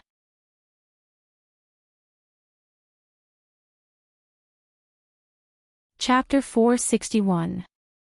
More and more people gathered around the bonfire by the river. It felt like all the herdsmen in the hunting ground had arrived. The light from the burning fire illuminated the faces, like a huge oil painting, yet extremely vivid. The jade ribbon-like spring river flowed quietly on the grassland, the ripples sparkling. That was the radiance of the moon. The neighing of steeds could be heard from afar. A light breeze blew past, carrying the fragrance of earth and grass in the air. Under everyone's gaze, Lu Qin strode up to an old herdsman, bowed and asked, "Sir, may I borrow your horse-head zither?" The old herdsman was very old. The dark skin on his face showed deep scars of time. His hair was white, and his eyes were cloudy. However, he was very good at playing the horse-head zither. Hearing that Lu Qin wanted to borrow his zither, the old herdsman grinned, revealing his uneven yellow teeth. His wrinkled face looked like a chrysanthemum. He generously handed the zither to Lu Qin. "Here." "Thank you." Lu Qin took the zither and bowed again to express his gratitude. The zither looked very old, probably as old as the old herdsman in front of him, but it was well maintained. The materials used for the head, the shaft, and the resonating box were quite exquisite. The dark maroon surface had a clear coating. Only those who knew their stuff would know how precious such an ancient horse-head zither was. Everyone was shocked. Be it Uncle Begging and the other herdsmen, or the crew members like Zhang Ku and Shi Lang, no one had expected Lu Qin to play with a horse-head zither. Many people present knew that Lu Qin played the guitar very well, but a guitar and a horse-head zither were two different things. He could not possibly play a horse-head zither with the same technique he used on the guitar, could he? That would be a joke. Lu Qin sat down on a small folding stool. He held the horse-head zither in his arms and said, "This is my first time coming to the Mongolian grassland. It's so beautiful, it feels like the home of my dreams. At the same time, I'm very grateful to my Mongolian friends for your hospitality, so this song is for you." Although there were a lot of people gathered around, when Lu Qin spoke, everyone was very polite to keep quiet, so his voice could be clearly transmitted to everyone's ears. Hearing Lu Qin's praise for the Mongolian steppe, the herdsman smiled proudly. As soon as he finished speaking, the enthusiastic herdsman immediately gave him a round of applause. Lu Qin smiled and waited for the applause to subside. Then he said, "The name of this song is The Beautiful Grassland is My Home. The beautiful grassland is my home." Zhang Ku, Shi Lang, and the other crew members couldn't help but look at each other, because they had never heard this song before. The Mongolian herdsmen could basically understand Chinese. They didn't know that this song was an original work by Lu Qin. When they heard the title of the song, they felt that it was perfect. Wasn't the beautiful grassland their home? Therefore, everyone clapped and cheered again. Among the people present, only Qin Fei understood. She gazed at Lu Qin affectionately. Her eyes were filled with gentle love and pride. "Sister Fei." At this moment, a delicate figure quietly came to Qin Fei's side. Qin Fei immediately smiled. "Sister Jejintana." The little Mongolian girl had a look of shame on her face. She stammered and said in a low voice, "Sister Fei, I gave my whip to brother Lu Qin." Women on the grassland dared to love and hate. When they met someone they liked, they dared to take the initiative to confess. They would never hide their feelings for others to guess. Jejintana was no exception. She had never seen a Han man as handsome as Lu Qin, so she gave him her whip. But after thinking about it, Lu Qin was Sister Fei's boyfriend. It was wrong of her to do so. Therefore, after a fierce struggle, she finally came to Chinfeir and apologized. "Don't be angry, silly sister." Chinfeir smiled and held Jejentana in her arms. "Sister won't be angry, because sister knows that Jejentana is a good girl, so, let's listen to the song together." She liked Jejentana very much. How could she be jealous and angry because of the little girl's budding feelings? It was normal for many girls to like a man like Lu Qin. On the other side, Lu Qin had already begun to sing. The sound of the horsehead zither was melodious, playing a beautiful melody. "The beautiful grassland is my home, the wind blows the green grass and flowers everywhere, butterflies flutter and birds sing, a bend of clear water reflects the sunset glow, steeds are like colorful clouds, cattle and sheep scatter like pearls." "Ah, ha, ha," the shepherd girl sang loudly, and her happy voice filled the world. The song, "The Beautiful Grassland is My Home," was a widely sung classic in Lu Chen's dream world. The song, with a beautiful pastoral tune, praised the picturesque scenery of the Mongolian grassland and the happy life of the herdsman, and had been covered by countless singers. Lu Chen played the horsehead zither, and it could be said to be an original interpretation.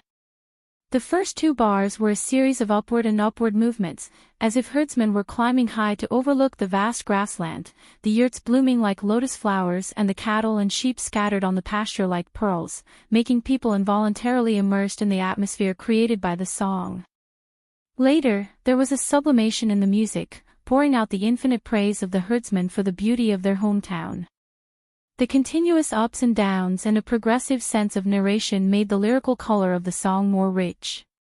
At this moment, this place, this scenery, this zither, this song, who could not be intoxicated? "The beautiful grassland is my home, the water is clear and the grass is beautiful, I love it, the grassland is like a green sea, the yurts are like white lotus flowers." The herdsmen describe a happy scene, the spring scenery is picturesque. Ha, ha, ha, the shepherd girl sings loudly. Her happy voice is heard all over the world. The shepherd girl sings loudly. Her happy voice is heard all over the world. The structure of the second paragraph was exactly the same as the previous one. The four phrases developed in a square. In addition to a deeper level of improvement in the music, in terms of lyricism, there was a more lingering charm. In particular, there was a long note in the last sentence, with a strong attachment, that was the author's love and love for the beautiful grassland, a reluctant confession. The sound of the zither and the song lingered, drifting between the yurts, across the spring river, and fluttering over the boundless grassland. Until the end of Lu Chen's singing, no one spoke. The surroundings were quiet, as if a magic of time had been cast, and only the crackling sound of the firewood burning in the bonfire reminded people. Many herdsmen were intoxicated by the song, and many even had tears in their eyes.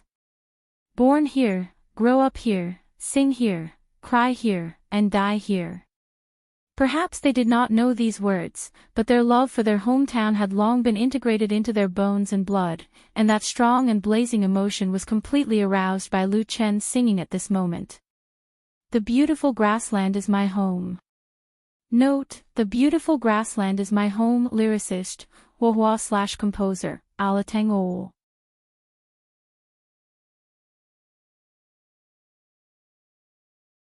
Chapter 462. Times were developing, society was progressing, and the influence of modern civilization was everywhere. The Mongolians, who had lived a nomadic life for generations, were gradually changing their way of life. Many young people in the tribe went out to explore the bustling big cities and see the more wonderful world outside. Some never returned, and some went and came back again. But for those who left and those who continued to stick to this land, the prairie would always be their home, their root, and their spiritual sustenance that could not be erased by thousands of mountains and rivers. Lu Chen's song, "The Beautiful Prairie is My Home," was also the voice of the herdsmen, so it touched their hearts and shook their souls. They couldn't calm down for a long time. Good. Uncle Qian's roar woke up those who were still immersed in the song. Holding a big bowl of horse milk wine, he strode in front of Lu Qin and said in a deep voice, "Young man, this is the best song I, Qi Yan, have ever heard in my life. This bowl of wine is for you." This was Jejentana's father, a Mongolian man. He had the back of a tiger, the waist of a bear, and the appearance of a boorish man. His square face was dark red, and his hair was thick. He looked powerful and strong, and he exuded a valiant aura. But when he looked at Lu Qin, his eyes were full of admiration. Lu Qin quickly put down the horsehead zither and took the huge bowl with both hands. Uncle Qian was the owner of this hunting ground, equivalent to the tribe's leader. He personally toasted Lu Qin.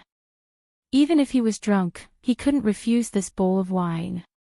Fortunately, the horse milk wine was a low-alcohol wine, mild in nature, and not to the point of intoxication. So Lu Qin put the silver bowl to his mouth and drank the wine in one gulp, without missing a drop. "Good." Uncle Qian praised loudly again and gave Lu Qin a thumbs up, and the surrounding herdsmen cheered in unison. Lu Qin conquered this group of unruly grassland men with his performance. Zhang Ku, who was sitting not far away, saw this and sighed in his heart. Although he was a film director and not a music professional, his understanding of music undoubtedly far exceeded that of ordinary people. Zhang Ku had never heard of "Beautiful Prairie My Home," but it was absolutely impossible for such a song with a beautiful melody and moving lyrics to remain unknown. The only explanation was that it was Lu Qin's original work, and he had improvised it after he came to the Mongolian steppe. In the circle, Lu Qin is famous for his creativity and is known as the number one of the new generation of singers. What kind of talent was that? Zhang Ku had seen many talented and capable young people, but Lu Qin had undoubtedly left the deepest impression on him. An idea suddenly popped into the director's mind. Begging uncle asked, "Young man, who wrote the song you are singing?" "His name is Lu Qin, and he is Sister Fei Er's boyfriend." At this time, Jejentana came out and revealed Lu Qin's identity. She looked at Lu Qin with longing eyes and asked, "Brother Lu Qin, this song is really beautiful. Can you teach me? I want to sing it to all the grassland people at this year's White Festival party." The White Festival was the most solemn and grand annual festival of the Mongolians, equivalent to the Spring Festival. Starting on the first day of the first lunar month, people made New Year's greetings to each other, toasted, dined, sang and danced to their heart's content, and had entertainment to celebrate the health and happiness of the whole year. Begging Uncle Qian smiled and touched his daughter's head. This was his most cherished pearl. Lu Qin said with a smile, "I wrote this song. If you like it, I'll let you sing it." "Really?" Jejentana was surprised and delighted. She clapped her hands and said, "That's great." Her laughter was as pleasant as a silver bell, full of joy and joy. Many people in the crew looked at Jejentana in a different way, because the latter obviously did not know that the price of a song by Lu Qin was one of the highest in the circle. Lu Qin was able to rise miraculously in the entertainment circle and win the heart of Qin Fei. His talent in music creation was the most important factor, and he had made more than one or two new stars popular. Jejentana got the song "Beautiful Grassland My Home." Even if it was just a cover, as long as she manipulated it, did it mean that a star would rise on the grassland? Others could not get it, but she could get it with just a word. How could people not be envious, jealous, and hateful? Really? Begging Uncle Qian was also surprised. He widened his eyes, waved his hand and said, "Bring another bowl of wine." The way this grassland man expressed his gratitude and admiration was always so simple and direct. It was hard for Lu Qin to refuse such hospitality, so he had to drink another big bowl of horse milk wine. Even if the alcohol content of horse milk wine was low, it could not withstand such drinking. After finishing the second bowl, his face turned red, and he was really a little drunk. Begging Uncle Qian laughed and patted Lu Qin on the shoulder. "Good man." Lu Qin could only smile bitterly.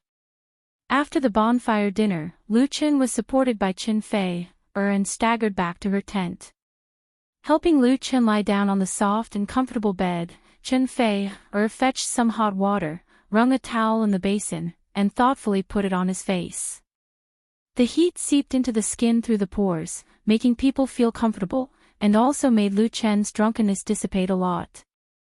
He took a long and comfortable breath, and his whole person became much more sober. Qin Fei, said coquettishly, "You drank too much last night." Lu Chen said helplessly, "I didn't want to, but they all came to get me drunk." In addition to the herdsmen, the crew members also tried to get him drunk. Even Shi Lang had offered him a bowl, so how could he not drink? Of course he couldn't, so he drank too much. Qin Fei said in disgust, "You reek of alcohol. Don't touch me at night." Lu Chen chuckled and suddenly reached out to grab her, pulling her directly into his arms, and leaned over to kiss her. He said vaguely, "I want to touch you." Qin Fei, giggled and resisted. She turned her head and said, "Then sing me a song, one I haven't heard before." She had made similar requests several times, and she was pleasantly surprised every time. This time, Lu Chen even gave Jejentana a song. Lu Chen gave up and pretended to be deep in thought. After a while, he said, "Got it." He hugged Qin Fei, and hummed softly in her ear. In a faraway place, there is a good girl. When people pass by her accounting room, they will look back longingly. Her pink smiling face, like the red sun. Her beautiful and moving eyes, like the bright moonlight at night. I would like to be a little lamb, to follow her to herd sheep. I would like her to hold a thin whip, keep hitting me gently. Lu Chen's singing became very, very soft, and in the end, it was almost undetectable. Then, it turned into the sound of even breathing. He couldn't resist the alcohol and had already fallen asleep. Qin Fei, tightly leaned against Lu Chen's broad chest. She only wished that time would stop at this moment forever. It was so warm.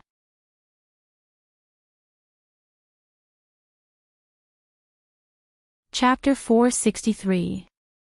Early in the morning, when Lu Chen woke up from his sleep, the first thing he saw was Qin Fei, curled up in his arms. She was still sleeping soundly with a faint smile on her lips.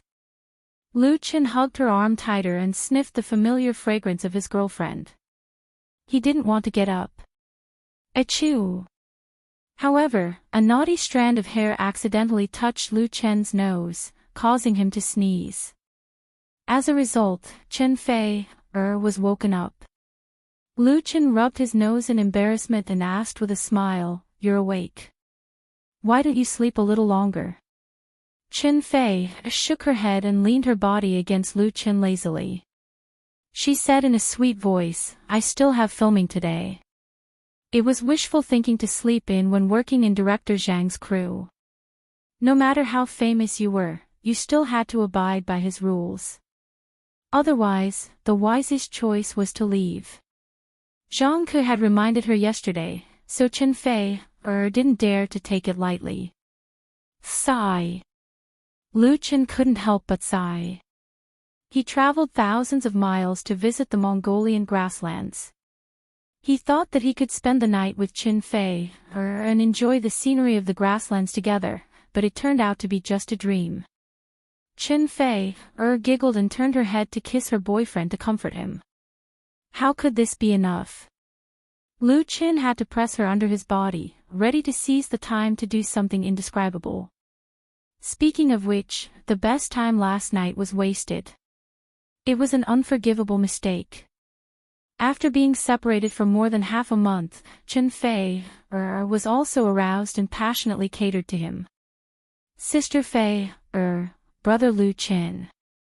Just when the two of them were about to explode, a clear shout came from outside the tent. "Are you guys up?" Jegantana. Lu Chen, who was like an arrow on the bowstring, suddenly felt as if a basin of ice water had been poured over his head. He couldn't help but curse in a low voice. What the hell was going on? Chen Fei, whose face was flushed, rolled her eyes at him coquettishly, struggled to get up from the bed, put on her coat, and walked out. Sister Jejentana, what's the matter? It turned out that Jejentana had brought breakfast to the two of them. There was milk tea, beans, cheese, and pies. They were all authentic Mongolian food, and they had just been made. Of course, there was a reason why the little girl was so attentive. It was because Lu Chen promised to teach her the song, "Beautiful Grassland is My Home," last night, so she couldn't wait. It was really self-inflicted. Lu Chen didn't know whether to laugh or cry, so he had to go out to wash up. Fortunately, the breakfast was very good. The milk tea was mellow and fragrant, and the pies were delicious. Lu Chen ate a few of them in one go. After filling his stomach, he felt much more refreshed. After breakfast, Jejentana carried the harp over. Not only did this little Mongolian girl want to learn to sing, but she also wanted to play and sing like Lu Chen. Although she was young, she had already learned to play the harp, and the harp she used was an ancient harp passed down in her family. The little girl was so eager to learn, and she liked the song so much. Since Lu Chen had already promised, he certainly wouldn't hide anything. He first copied down the score of the song, "Beautiful Grassland is My Home." Then, he sat at the entrance of the tent and taught Jejentana to play, carefully guiding her on the singing techniques. What surprised Lu Chen was that Jejentana not only had a beautiful voice, but she also had a very strong learning ability and a very good sense of music, so she was able to learn very quickly. After some guidance, Jejentana held the harp and sang by herself. She was already very good at it. The same song, "Beautiful Grassland is My Home," came out of her mouth. The same tune, but she sang with a different charm and emotion. Although she was still quite inexperienced in singing, she still gave people a very moving feeling. Beautiful grassland is my home. The water is clear and the grass is beautiful. I love it. The grassland is like a green sea. Unknowingly, there were many herdsmen outside the tent. They were all attracted by Jejentana's singing and even forgot to do their work.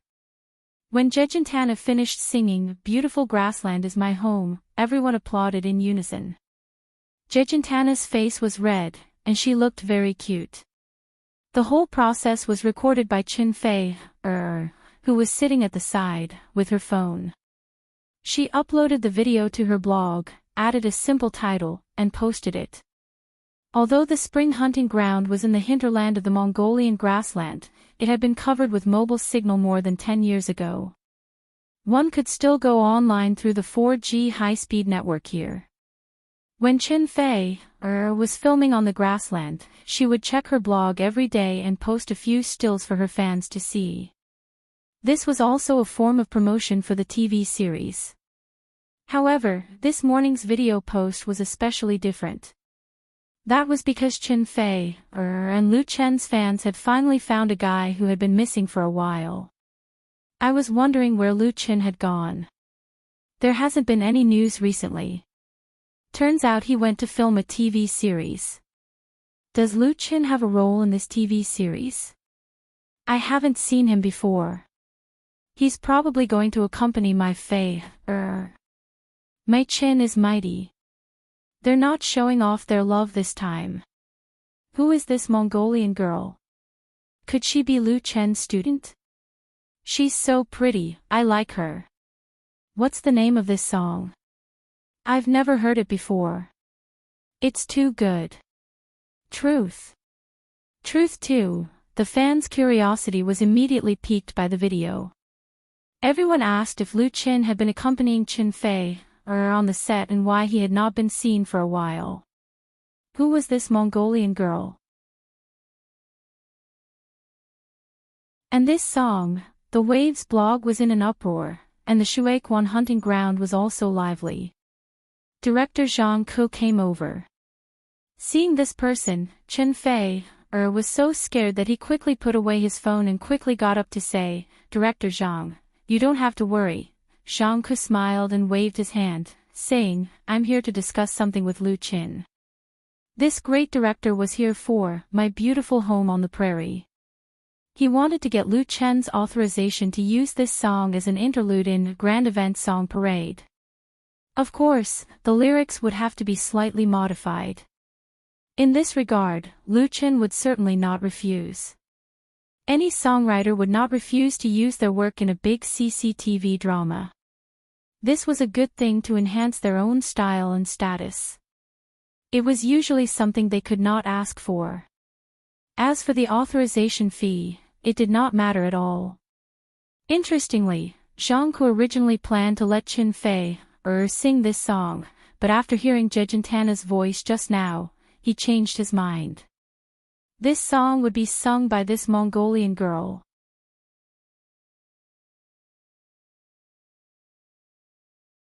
Chapter 464.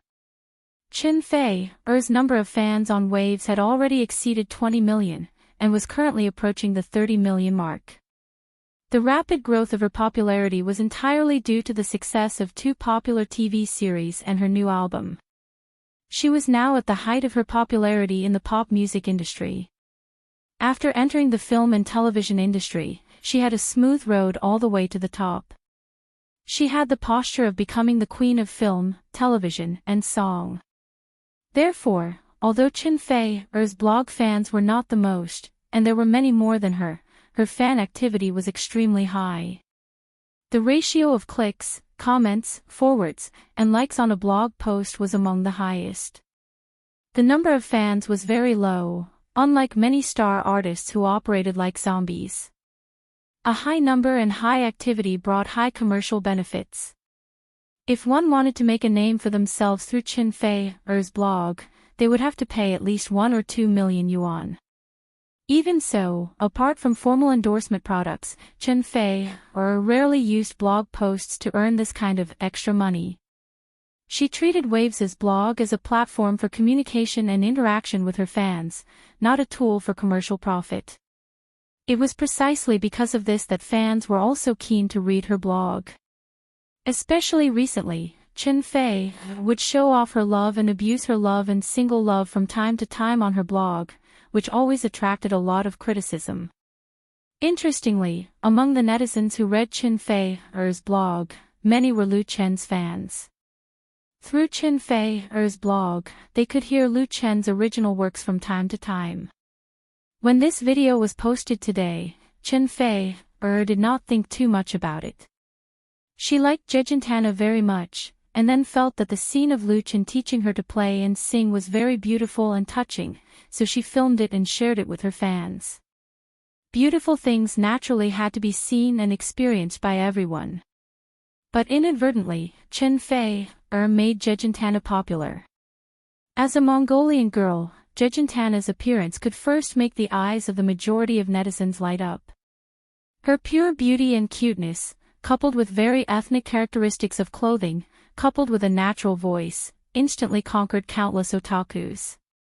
Most importantly, she was accompanied by Lu Chen, and Qin Fei filmed her. The combination of the two was very influential.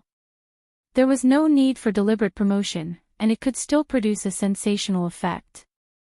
In addition, Beautiful Grassland is My Home, a song with distinct ethnic characteristics and theme style, also gave people a refreshing feeling. As a result, this video was widely forwarded on Waves' blog. Many people in the circle saw it and liked it, commented and praised it, and then quickly spread to forums, Tiba, and QQ groups. This was the power and charm of the internet.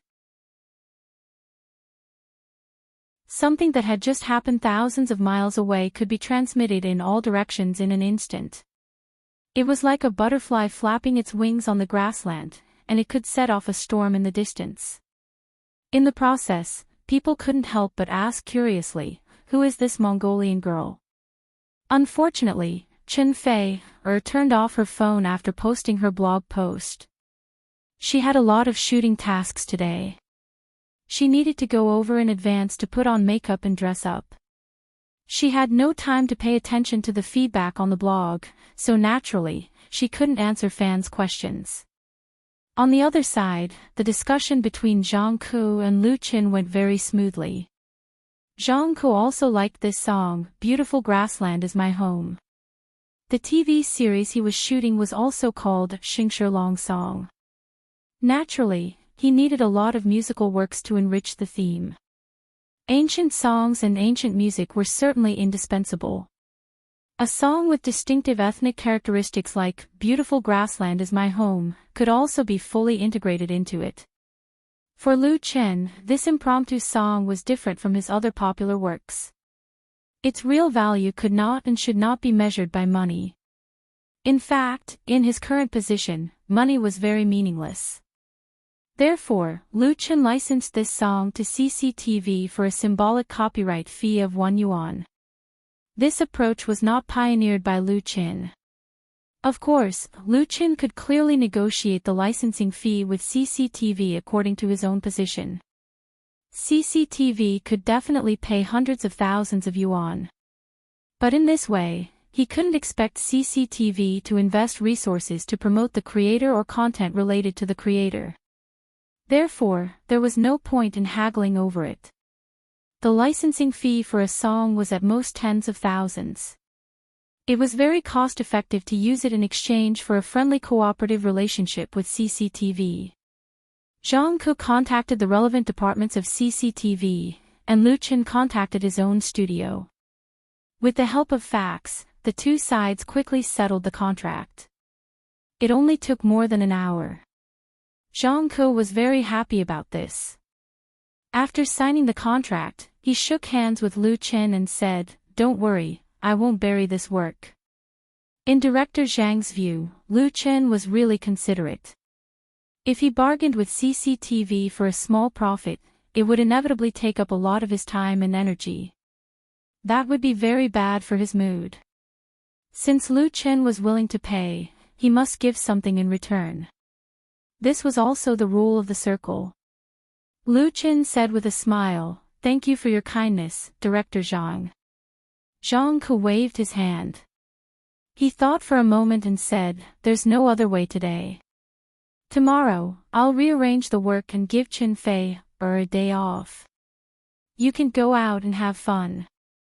It was undoubtedly rare for a great director like Zhang Ku to change the shooting plan for an actor without special circumstances or irresistible reasons.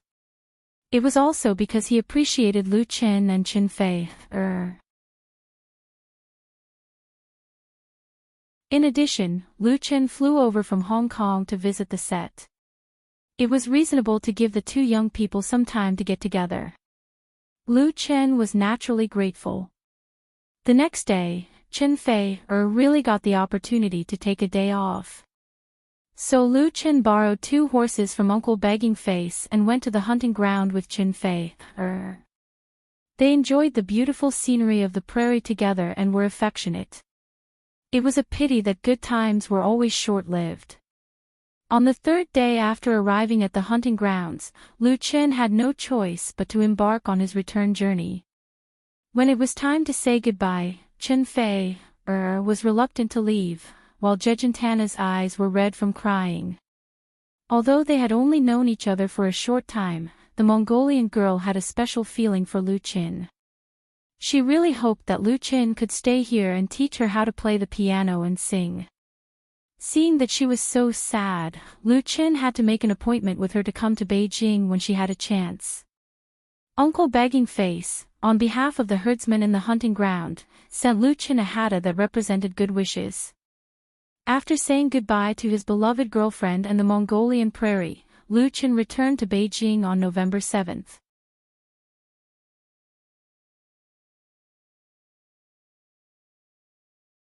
Chapter 465. It was already past 11:00 in the evening when he returned to his home in Zichengyuan in the capital. Lu Qin took a hot bath first. After washing away the dust and fatigue, he did not immediately go to bed. Instead, he sat in the study and sorted out his recent work in detail. After the official establishment of the film and television studio in Hong Kong, it would inevitably become normal for him to fly back and forth from Beijing to Hong Kong for a long time to come. If he did not arrange his work in an orderly manner, there would be trouble. At present, the focus of Lu Chen's work was definitely in Hong Kong. The new film, A Chinese Ghost Story, was about to start shooting. In order to catch up with the list of films supported by the new policy next year, his existence was absolutely indispensable. It was not that Lu Chen was not needed in the capital. On the contrary, many businesses could not do without him, such as advertising endorsements, commercial performances, film and television cooperation. With the hot release of the new album and the great success of the 2 TV series, more and more people came to seek cooperation. Beijing Television, Zhejiang Television, Crown Pictures, SPG, Chinda Brothers and other partners made a lot of money in the TV series, full of romance, and strongly requested to start shooting a new TV series. It didn't matter if Lu Chen went to Hong Kong to shoot a movie. First, he had to come up with a new script, set up a crew, recruit actors, rent a set and so on. At that time, as long as Lu Chen found time to shoot it, it would be fine. Their voices were so strong that Lu Chen and the studio could not ignore it.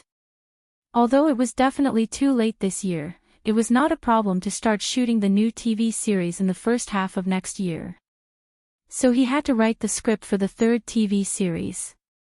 According to Lu Chen's plan, this new TV series would be the last one in his trilogy of urban romance TV series. After shooting, the future TV series would be fully focused on the big IP plan.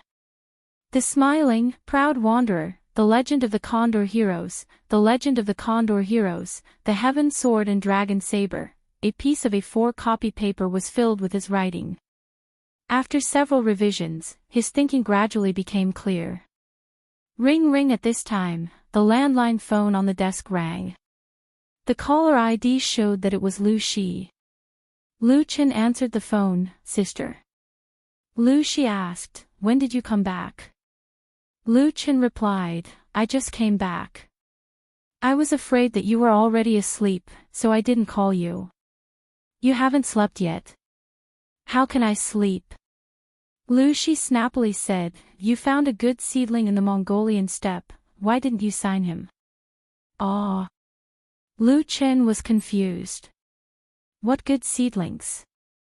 Lu Shi was exasperated. Jejentana. That Mongolian girl is now very popular on the internet. She was signed by Chen Feier Studio. Ah. Lu Chen had never expected that Lu Shi would call him in the middle of the night to talk about Jejentana. He had no idea that Jejentana had become famous on the internet, so he hurriedly asked what was going on. Lu Shi saw that Lu Chen really did not know the truth, so she told him the whole story. It turned out that the morning before yesterday, Chen Feier posted a video on his blog. The content of the video was the scene of Lu Chen teaching Jejentana to play and sing, The Beautiful Grassland is My Home. As soon as the video was posted, it immediately became popular on the internet, and the number of views kept rising.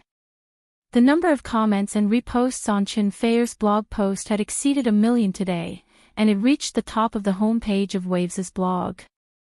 Then at that time, many netizens wanted to know who this Mongolian girl was. It was only last night that Chen Feier briefly introduced her in a new blog post. Thus, the 14-year-old Jejentana became a real, internet celebrity, overnight. That night, her name was on the hot list of online searches. Then this morning, Chen Feier Studio announced on its official blog that they had officially signed Jejentana. So that's how it is. Lu Chen finally understood. He remembered that when they were at the spring hunting ground, Chen Feier had said that Jejentana had the potential to become a star. At that time, Lu Chen did not pay much attention to it.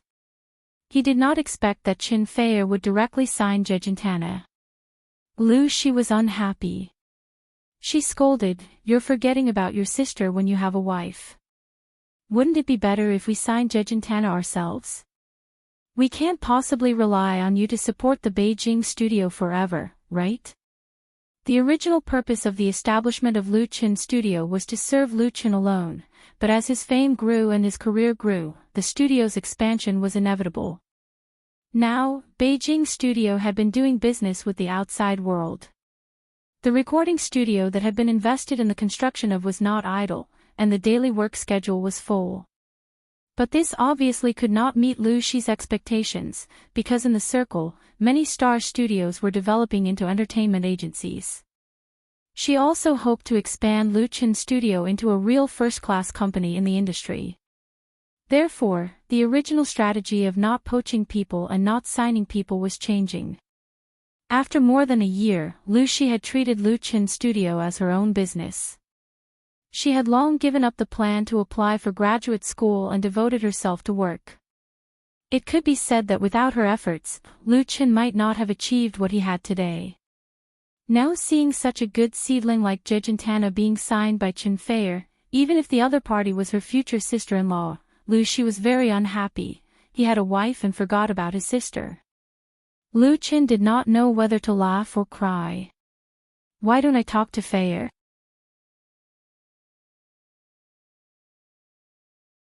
He believed that as long as he asked, Chen Feier would definitely sign Jejentana over. Lu Shi was not fooled. Don't try to shift the blame.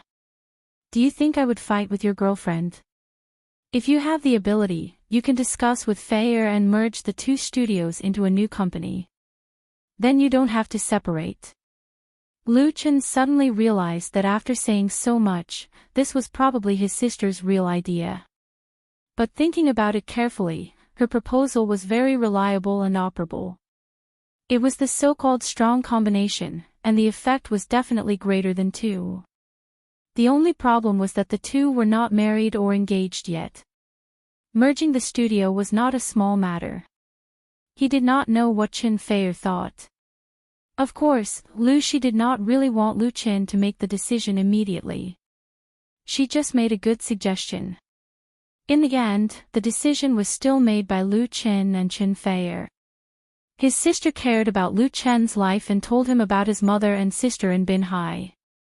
Although there was a lot of chatter, Lu Chen felt warm in his heart. When he ended the call, it was already midnight. He reorganized his thoughts, then made a document on the computer, saved it, and went to rest.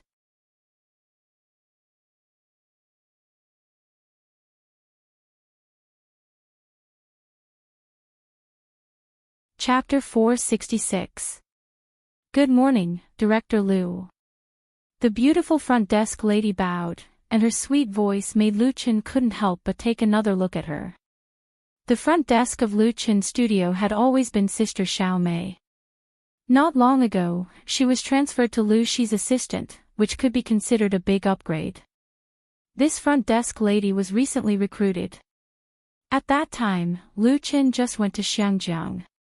It was said that the news of recruiting a new front desk lady was released, and there was an endless stream of beautiful women coming to apply for the job. The competition was very fierce. It was a pity that he didn't get to see it, but this carefully selected new employee was undoubtedly very pleasing to the eye. Lu Chen nodded, morning. Although the studio was founded by him, the position of general manager was always held by Lu Shi. Lu Chen himself was originally the music director, and now he was the art director. He asked one more question, what's your name? The front desk lady smiled sweetly and said, my name is Wang Yali, you can call me Shaoli. Director Liu, Manager Zhang of Shanghai Publishing House is waiting for you in the reception room. Do you want to meet him in the office, or? Lu Chen said, I'll go see him directly. Shanghai Publishing House was one of the top 10 private publishing houses in the country. Its headquarters was located in Beijing. When Lu Chen published the novel, Autumn in My Heart, this publishing house bought the copyright with a high price of 15% plus 500,000 yuan. Later, the novel version of Full House of Romance was also cooperated with Shanghai Publishing House. So far, the total sales of these two novels by Lu Chen had exceeded 5 million. As a work adapted from a film and TV series, the results were very dazzling. Putting aside the influence of the work itself, Shanghai Publishing House also contributed a lot. Therefore, in the list of partners of Lu Chen's studio, Shanghai Publishing House was the first.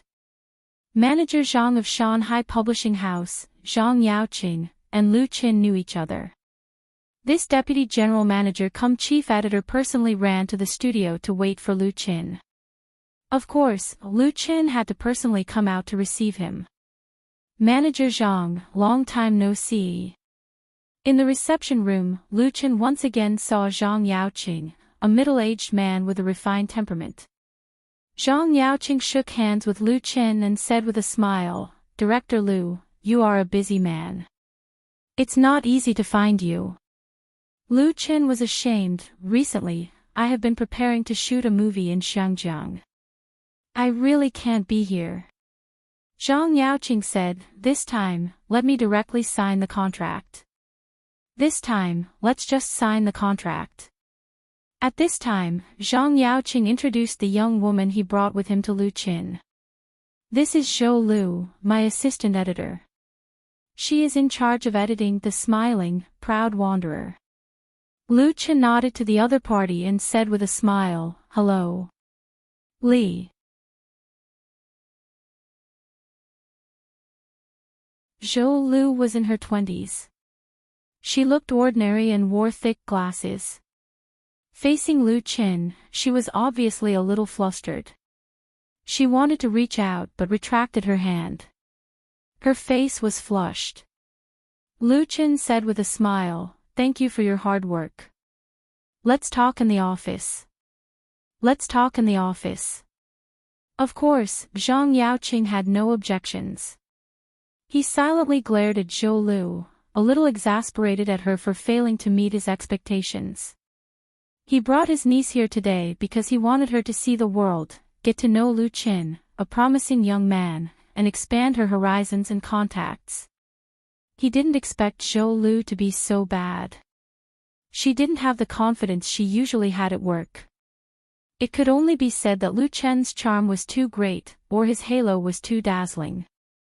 Zhou Lu, a young girl, couldn't keep calm. After sitting in Lu Qin's office, Zhou Lu finally reacted. She took out a thick stack of books from her briefcase. There were 5 books in total, and she put them in front of Lu Qin. Zhang Yaoqing explained, "This is a sample book specially made by our publishing house. The title was written by the famous calligrapher Mr. Fu Guangyuan. Please review it, Director Lu." Lu Qin picked up the book on the top and looked at it carefully. Although it was just a sample book, it was basically not much different from an official published book. The color laser printed cover was very high resolution. The 4 big black characters, "The Smiling, the Proud Wanderer," were bold and powerful, showing the extraordinary skills of the writer. The strokes of the pen had an unrestrained chivalrous spirit. Lu Qin was very satisfied. The Smiling, the Proud Wanderer was the test of Lu Qin's big IP plan. In May and June of this year, he published the online version on Waves Reading under the pen name, Remembering the Present and the Past. At the beginning, the performance of The Smiling, the Proud Wanderer was terrible. There were very few clicks, favorites, and comments. It was very bad. But when Lu Qin continued to update the book to more than 200,000 words, the performance of the book improved greatly.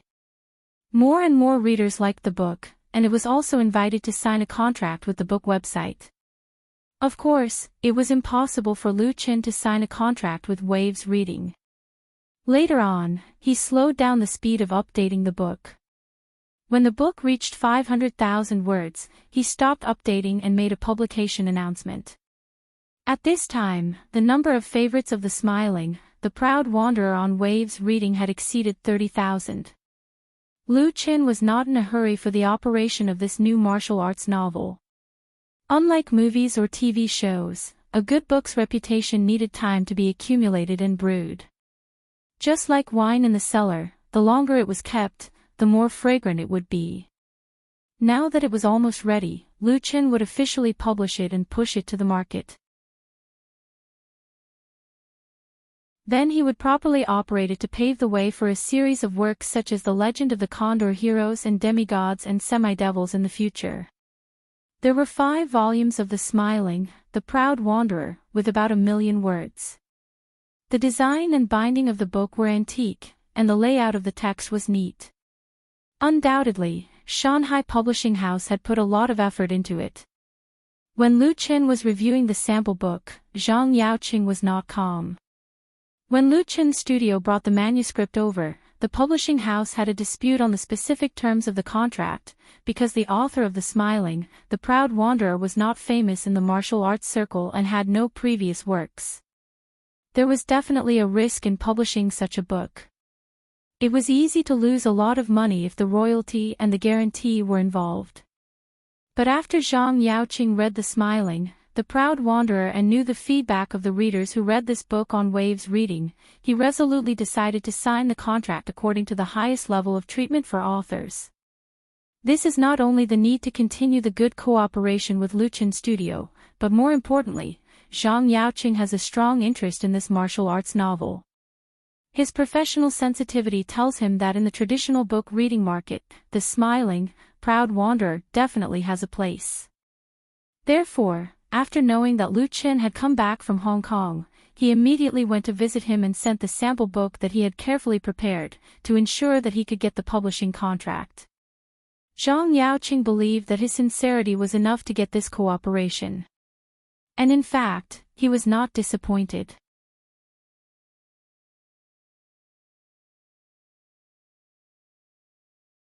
Chapter 467. Happy Cooperation. In the meeting room, Zhang Yaoqing, the Deputy General Manager of Shanghai Publishing House, and Lu Shi, the General Manager of Lu Qin Studio, signed the publishing contract for The Smiling, The Proud Wanderer.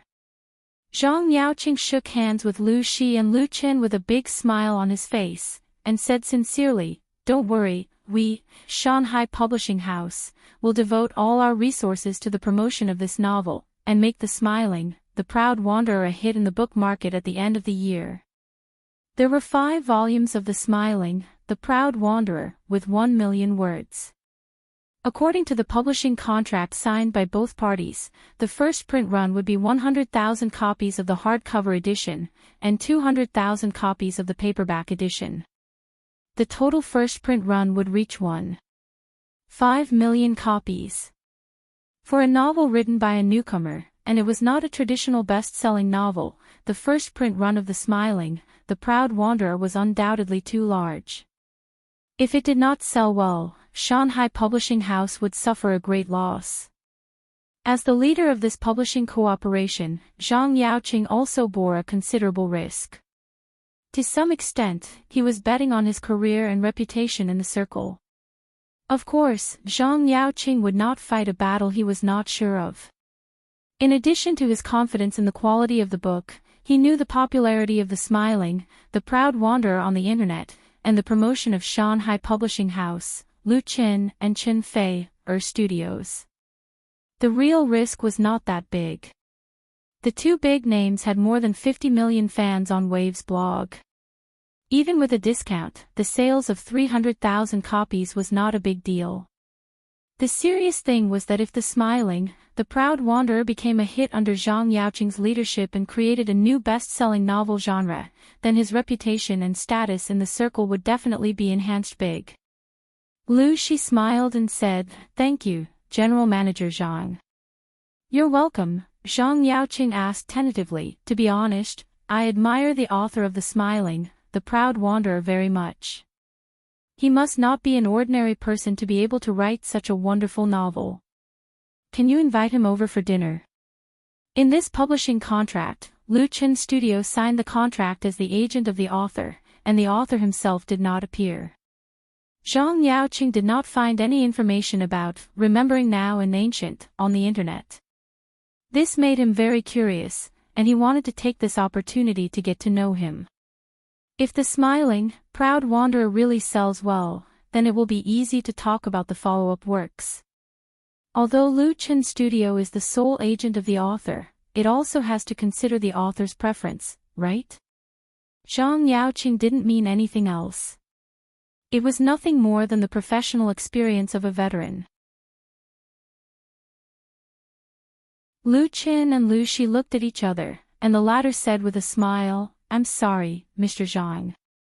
This author doesn't like to socialize, and he has transferred all the copyrights to our studio, so, if there's a chance to get the author's consent in the future, then we can arrange it. While explaining, Lu Shi quietly rolled her eyes at Lu Qin. It was all his mysterious tricks. In fact, Lu Shi could also understand Lu Chen's scruples. He was already so good at writing songs and singing, and he was also a good screenwriter and actor. If he published a novel and became a real best-selling author, it would make people speechless. Sometimes Lu Shi couldn't figure out how many things were hidden in her brother's head. She had never seen him have so many talents before, and they suddenly burst out.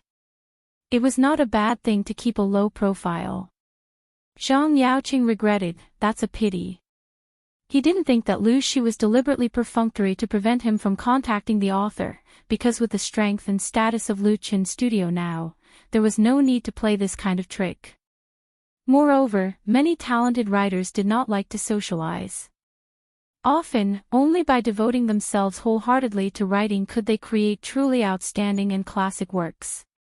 After seeing Zhang Yaoqing and Lu Shi off, Lu Shi said to Lu Qin, Xiao Chu and others are waiting in the studio. Lu Qin couldn't help patting his head, they're here, too. Lu Shi said with a smile, you are now a big shot in the circle, and people are watching your every move. So as soon as you came back, everyone came to your door. I think we need to give you another assistant. Lu Qin couldn't help laughing, shook his head and said, I'm going to the recording studio. In the studio's recording studio, Lu Qin met the three beautiful girls of MSN again. The MSN girl group under Flying Stone Records has now become one of the most popular girl groups in the domestic pop music world. Its debut album, Not Yet Lovers, has now won double platinum. The number of fans on Wave's blog has exceeded 10 million. Announcements, commercial performances, and endorsements are all over the place. Flying Stone Records did not forget the great contributor behind the popularity of MSN. They have always maintained a good cooperative relationship with Lu Qin's studio. They even outsourced part of the recording studio business to the studio, so that the latter's studio, which originally had no profit plan, actually made a lot of money. Of course, there was no free lunch in the world. Good cooperation was due to common interests. Last month, Flying Stone Records sent an invitation to Lu Qin's studio for 3 works, which were still tailor-made for MSN. In the publicity of Flying Stone Records and MSN's official blog, the contract amount was as high as 5 million yuan, which definitely created a new record in the industry and made many people in the circle dumbfounded. But the problem is that at present, the price of Lu Qin's songs is 1 million per song. Not everyone can get works from him at this price, and only a partner like Flying Stone Records can get the moonlight first. TN, the pavilion closest to the water is the pavilion closest to the water. Brother Lu Qin. Seeing Lu Qin appear, Mu Xiaochu, who was chatting with Wang Hui and others in the monitoring room, quickly greeted him in surprise. Her pretty little face smiled like a flower, with joy from the bottom of her heart. Speaking of which, the two hadn't seen each other for a while. Hello, Teacher Lu. Good morning, Teacher Lu. The other 2 members of MSN, Su Jijia and Ning Tian, also respectfully got up and said hello. The 2 of them addressed Lu Qin differently from Mu Xiaochu, because the latter had a better relationship with Lu Qin, and in the fan circle of both sides, fans had always treated Mu Xiaochu as Lu Qin's sister. Among the 3 members of MSN, Mu Xiaochu had the most fans. Her personal fans on Wave's blog were more than Su Jijia and Ning Tian combined. Lu Qin said with a smile, hello. The 3 beautiful girls surrounded Lu Qin like stars surrounding the moon. Mu Xiaochu asked curiously, Brother Lu Qin, is the Mongolian steppe fun? I've seen the photos that Sister Fei sent me. The scenery there is so beautiful. Lu Qin nodded and said, it's fun. I'll take you with me next time. Mu Xiaochu smiled and said, that's great. You can't go back on your word. Lu Qin smiled and said, do you want a pinky swear? Su Jijia and Ning Tian looked at each other and saw envy in each other's eyes.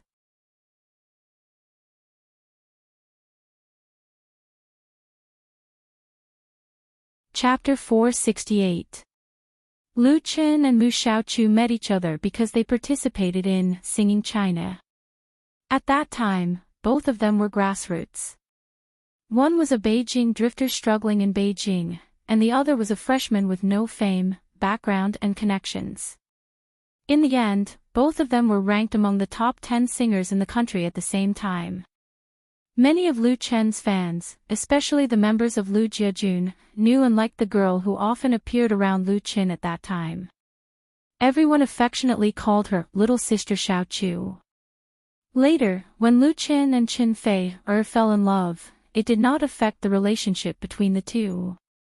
Mu Xiaochu could big intimacy with Lu Qin, and even if they were photographed by reporters, they did not have to worry about being exposed to gossip. And it was precisely this relationship that made MSN the object of envy and jealousy of countless artists struggling at the bottom. In the circle, Lu Qin has the nickname Golden Touch. It is said that any singer, as long as he gives guidance, will be able to become famous and popular. His works are a guarantee of sales. But nowadays, it is basically impossible for ordinary singers and artists to get the guidance of Lu Qin. Even if they are willing to pay an amazing price, they may not have the opportunity to squeeze into the list of song invitations. Therefore, Su Jiejia and Ning Tian are very envious of the friendship between Mu Xiaochu and Lu Qin, but they are absolutely not jealous. Because they know very well that the success of MSN is inseparable from Lu Qin, and it is also inseparable from Mu Xiaochu. You try recording it first and let me listen to it. Flying Stone Records has its own recording studio, and has a number of experienced and well-known recording artists and a large number of professional talents in the industry, but MSN's new songs are still recorded in Lu Qin's studio. On the one hand, it is convenient for Lu Qin to give guidance on the spot, on the other hand, it also represents the attitude of Flying Stone Records. Not only that, Flying Stone Records also sent a recording artist to join Lu Qin's studio to help Wang Hui, who was already too busy to breathe, manage the recording studio. Otherwise, a lot of work would not be completed in time. The recording artist's surname was Hao. He was in his 30s, tall and thin, with long hair. He was a little arrogant, but in front of Lu Qin, he was still very respectful, not daring to put on any airs. MSN's new song was recorded by him. The three girls entered the recording studio one by one and put on huge monitoring headphones. After brewing for a moment, the prelude music quietly sounded in the monitoring room through the high-quality sound system. Mu Xiaochu, Su Jiejia, and Ning Tian looked very serious as they sang along with the music. Because we cannot fly. So the voyage of happiness is long, it was inevitable that there would be storms lying in ambush ahead. Want to try to separate our clasped hands? If you're not afraid, I won't panic if you don't panic. When we crossed the ocean of love, he would rejoice that he didn't give up in the end. On the bustling shore, the tears along the way, they were all buried as treasures. The name of this song was Ocean of Love. It was the theme song tailored by Lu Qin for MSN's second album. It was also the most important of the three works. Different from the immaturity of Not Yet Lovers, Ocean of Love tended to be mature in style. There was a strong determination and desire for love in the sadness, which increased the difficulty of singing a lot. Compared with the recording of Not Yet Lovers, the growth of MSN was visible. They had a very tacit understanding. A glance was enough to communicate a lot of information. Their grasp of the emotion of the work was more in place, which made people feel enjoyment when listening. The voices of the three girls were all excellent, but they were by no means the same. Mu Xiaochu's sweetness, Su Jiejia's mellowness, and Ning Tian's clarity formed the unique charm of this girl group. This kind of charm was vividly displayed through the song, Ocean of Love. The turbulent ocean of love, there are too many sad waves, let's not be like that, let's not regret, let's cross the ocean together, let's go to the other side together. When it came to the climax of the chorus, the transformation of the three people's aura and the seamless connection were perfect. It was impossible to achieve this level without a long time of practice. Although it was the first audition today, the effect had reached the level of official recording. Lu Chen, who was listening in the monitoring room, showed a knowing smile. They were giving him a surprise. The music score of this song was composed by Lu Chen for MSN when he first arrived in Hong Kong. After more than half a month, they handed in a perfect answer sheet. There must be the supervision and guidance of professionals in Flying Stone Records, and the efforts of the three girls were indispensable. TN, Flying Stone Records, whether it was being a person or singing, whether they put their heart into it or not, it was completely different. This effort alone was worthy of praise. After the song Ocean of Love was sung, the three girls opened their eyes at the same time. Applause rang out in the monitoring room. They saw Lu Chen and the recorder, as well as several other staff of the recording studio, applauding through the thick glass. They looked at each other and smiled, with joy from the bottom of their hearts on their faces. Singing a good song can not only bring pleasure to the listeners, but it is also a very happy and fulfilling thing for the singer. Although they sang it very well for the first time, according to the requirements of the procedure, Mu Xiaochu and others still recorded it several times. During this period, Lu Chen also pointed out some details to make the title song perfect. TN, the title song is very beautiful. By the time everyone came out of the recording studio, it was already noon. Mu Xiaochu took Lu Chen's arm and said, "Brother Lu Chen, let's have lunch together, okay?" Lu Chen said with a smile, "Are you treating?" The three girls couldn't have asked for more, and they nodded quickly. Lu Chen said sternly, "You can treat us, but you must let me pay, otherwise I won't go." Su Jijia and Ning Tian were stunned. Only Mu Xiaochu giggled and said, "Then we'll treat you to a big meal." Lu Chen was joking. They chatted and laughed, and they had lunch in a nearby restaurant. In the afternoon, they continued to record the other two songs. In the evening, the official blogs of Lu Chen Studio and Chin Fei Studio released the same blog post at 8 o'clock sharp. The basic content of the blog post was that the two studios signed the copyright of the novel, The Smiling, Proud Wanderer, by the author Yi Jin-gu. It would be officially published this month, and it was expected to be filmed in the second half of next year. It was the first time that the two studios released the same blog post at the same time, and the content involved the new TV series shooting plan. Naturally, it inevitably attracted the attention of countless fans and people in the industry. Lu Chen and Chin Fei's new TV series was actually a martial arts film, which surprised many people. In turn, it also aroused a strong interest in The Smiling, Proud Wanderer. What kind of martial arts book could make the two TV stars, who had created domestic and foreign ratings records, recommend it so grandly?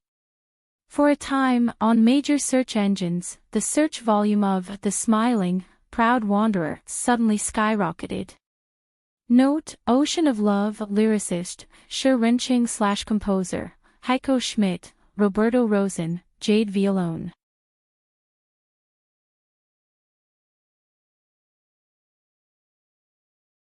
Chapter 469.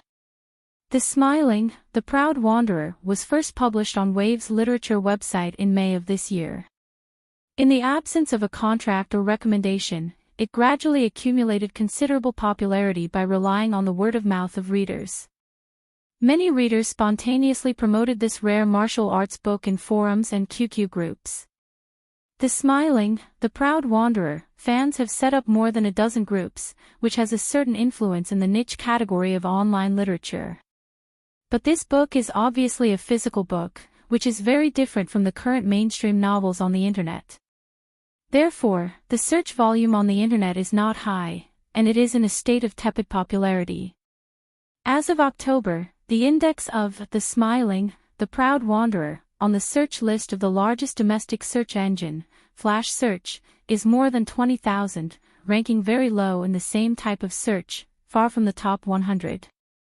However, when Lu Qin and Chen Fei's studio announced that they had signed the copyright of The Smiling, The Proud Wanderer and prepared to shoot a TV series next year, this long martial arts novel instantly became popular on the internet. By 11 o'clock in the evening, the keywords of Flash Search had been searched more than 5 million times, and soon it was on the hot search list on the homepage of Flash Search. And these search traffic, most of it was directed to Waves Literature. In the face of the surging IP calls, the website of Waves Literature felt that it was a dog's day. Of course, a large increase in traffic is a good thing. At present, the competition in domestic online literature is very fierce. The popularity of IP has created one legend after another. The value of popular and best-selling online novels is getting higher and higher. In order to win this lucrative market, the website is racking its brains to promote and market.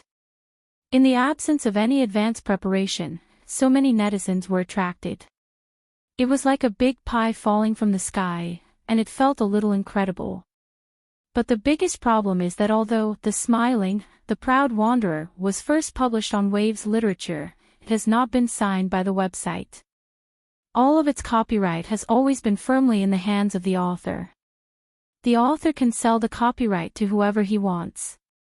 Waves Literature can only look at it and drool, but it can't get any benefits. On the other hand, if this book has been signed to Waves Literature, and Lu Chen and Chen Fei's studio want to buy the copyright, it is impossible without a lot of money. Who doesn't know the ability of these two to make TV series? Physical publishing, film and television adaptation, animation, games and movies. Looking at a big piece of fat meat in front of their eyes, but they can only touch the smell of oil, how can they not be depressed? The website management is depressed, and they have to vent their anger on the staff below them. The responsible editor and the chief editor have to suffer. How can a work that Lu Qin and Chen Fei be bad? Moreover, the performance of this book on the website itself was very good. He should have paid a price to buy it out in the first place. He wouldn't have missed such a good opportunity. It should be paid to buy it at the Waves Literature book. In fact, the editor was really wronged. When Lu Qin released The Smiling, Proud Wanderer on Immerse Books, the purpose was only to test the response of readers, and he never thought of giving up the publishing rights. Lu Qin didn't care about the money from the subscription fee. The Smiling, Proud Wanderer was the test of his wuxia IP plan. All the copyrights should be firmly in his hands. How could the editor and chief editor of Waves Reading not feel wronged? It was a pity that even they didn't know the details. Because of them, they really missed a popular IP novel. Especially on the second day, the number of collections of The Smiling, The Proud Wanderer on Waves surged from tens of thousands to hundreds of thousands. They all regretted that they had given away the book to someone else. Of course, reading on Waves was not without its benefits. At least there were many fans who were attracted by its fame. Most of the readers of The Smiling, Proud Wanderer were new users. The positive benefits brought to the website could not be underestimated. The online version of this book had a word count of 500,000, which was equivalent to 2.5 volumes of content. All of it was free to read, so it was naturally very attractive to readers. It was the first time that The Smiling, The Proud martial artist appeared in the eyes of the public. As time went by, its reputation would spread more and more. At the same time, the physical book of The Smiling, The Proud Wanderer was about to go on sale. With enough time to brew, the TV series scheduled to start shooting next year was bound to attract a lot of attention. This was the prelude to Lu Chen's great wuxia IP plan. Are you satisfied now? On the second day after the announcement, Chen Fei talked to Lu Qin on the phone.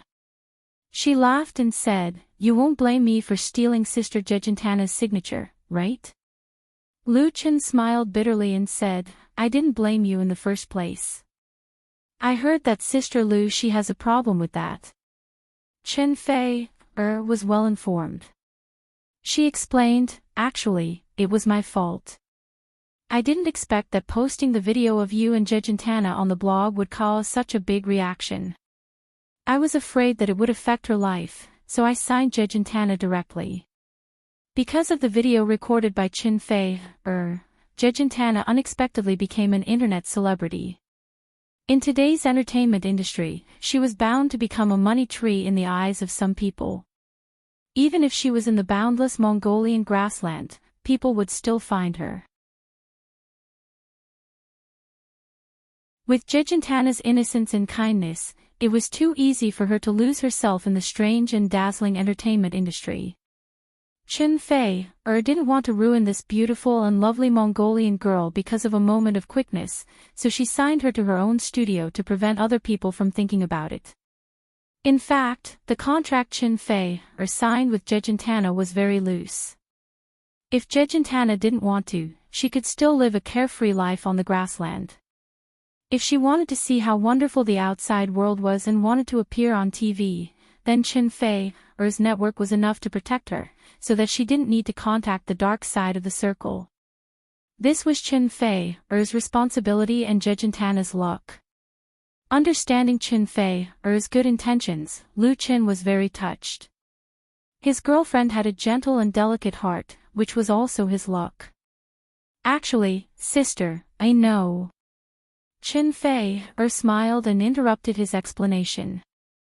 Sister Lu she definitely isn't angry, and I have already called her, so the studio issued an announcement at the same time. Lu Chen was convinced. You guys colluded. Chen Fei smiled. You are so busy with work, so you don't need to manage a lot of things yourself. Just take control of the overall situation. By the way, I have good news for you. Lu Chen's attention was immediately diverted.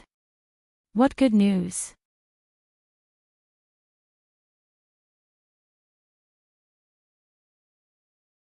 Chapter 470.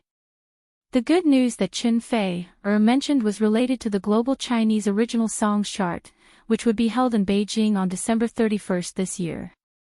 Before 2016, the domestic pop music festival was mainly composed of three major music charts. They were the Asian Chinese Gold Songs Chart, the Chinese Original Music Chart, and the Chinese Music Chart. Among them, the first two were more authoritative and influential. It was the Asian Chinese Original Songs Chart and the Chinese Music Chart that had been reorganized and merged. It could be said that it was a powerful combination. The Global Chinese Original Songs Chart after the merger of the two festivals was undoubtedly the most important music award in the Chinese pop music industry. It directly crushed the Chinese Music Chart, which was led by Shonan TV. This year was the first year of the Global Chinese Original Songs Chart, which had a special meaning. Most of the people in the circle had already grasped the basic information about this music festival that was highly anticipated. For example, the Chinese Original Songs Chart had a total of 24 awards, including Best Male and Female Singer, Best Album, Best Lyrics, Best Composition, Best Newcomer, Best Orchestra, Best New Group, Best MV, etc. The time was fixed on the last day of each year, and the venue was the National Grand Theatre. Whether it was the scale or the layout, it had reached the national level. It was bound to have an impact on the Chinese circle in Asia and even the world. Any aspiring musician wouldn't want to miss such a grand music event. Of course, it was very difficult to get a place in it. According to the insider information that Chen Fei got, Lu Chen had already received many nominations and was just waiting to be announced. According to the rules of the Global Chinese Original Songs Chart, each award could not be more than 5 nominations, and only one could win. There would not be a situation where there were double yokes or multiple yokes. The organizing committee of the Golden Songs Chart had undoubtedly learned a lesson from other awards. In the past, in many awards in the film and music industry, the situation of dividing the pork was quite serious. It was very common for two best actors or best actresses to appear at a film festival at the same time. There were even 3 of them on the same stage, which was very embarrassing. This kind of awards based on seniority was criticized by the audience, which led to the value and credibility of the awards being reduced big. As a result, in the end, some winners refused to accept the awards. There could only be one winner for each of the major awards on the Golden Melody chart. Chen Feier had been in the industry for more than 10 years. Her connections in the circle were not something that Lu Qin could compare with. Therefore, before Lu Qin got the news, she already knew a lot of inside information. You will definitely be nominated for Best Male Singer, Best Album, Best Lyrics, and Best Composition. Chen Fei has said, "I'm not sure about the others, but with these 4 nominations, it's enough." Although it was just a nomination, it was already very valuable for such a heavyweight award as the Global Chinese Original Songs Chart. It should be noted that the Golden Songs Chart was aimed at the Chinese pop music world all over the world, including musicians from Taiwan, Hong Kong, and Macau. The competition for the nomination was bound to be fierce. For heavyweight nominations, those were the 4 cornerstones of Lu Qin in the circle. It could be said to be very heavy. And there might be more than 4 nominations.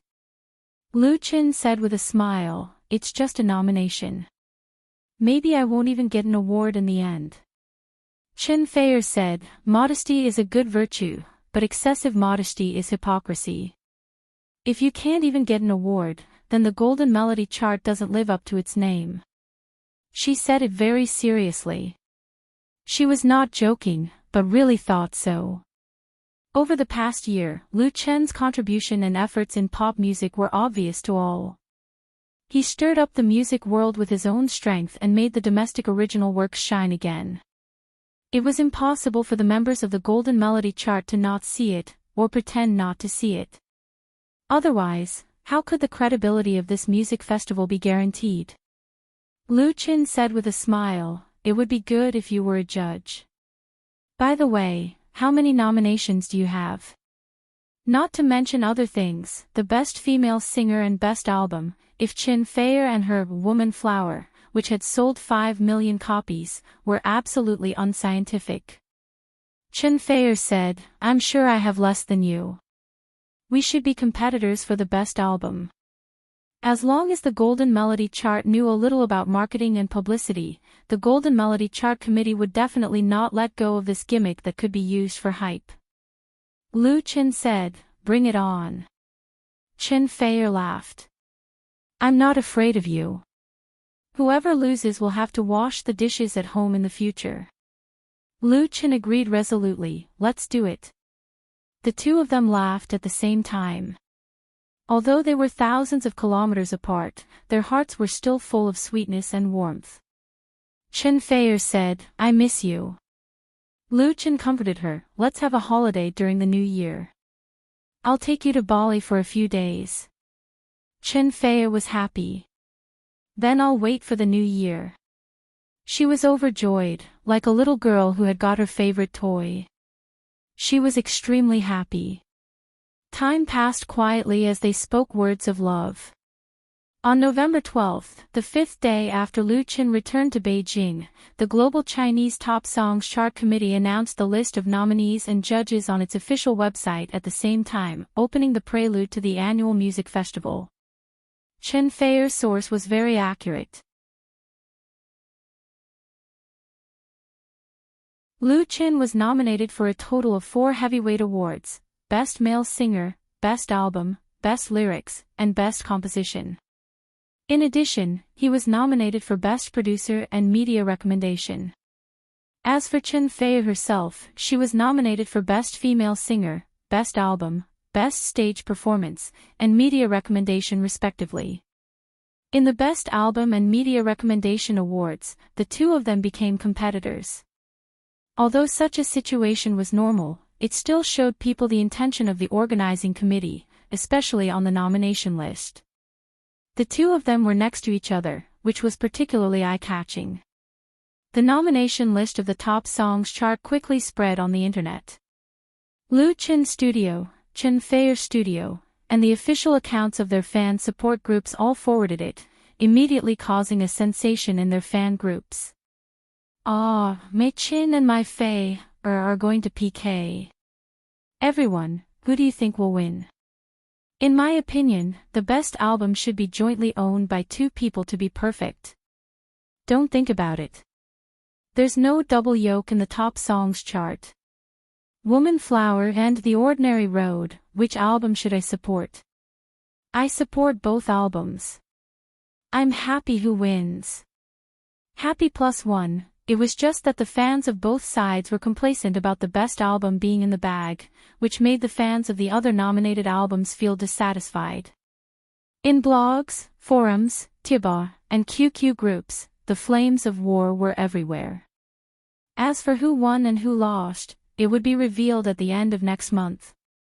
You're tuning into the LoveLore Library YouTube channel. We're so grateful for your support, and don't forget to subscribe to join us on this incredible journey through captivating stories. Your generosity through donations truly makes a world of difference, as it's the primary source of revenue that allows me to expand and enhance this channel for you. Thank you from the bottom of my heart for being a part of this adventure.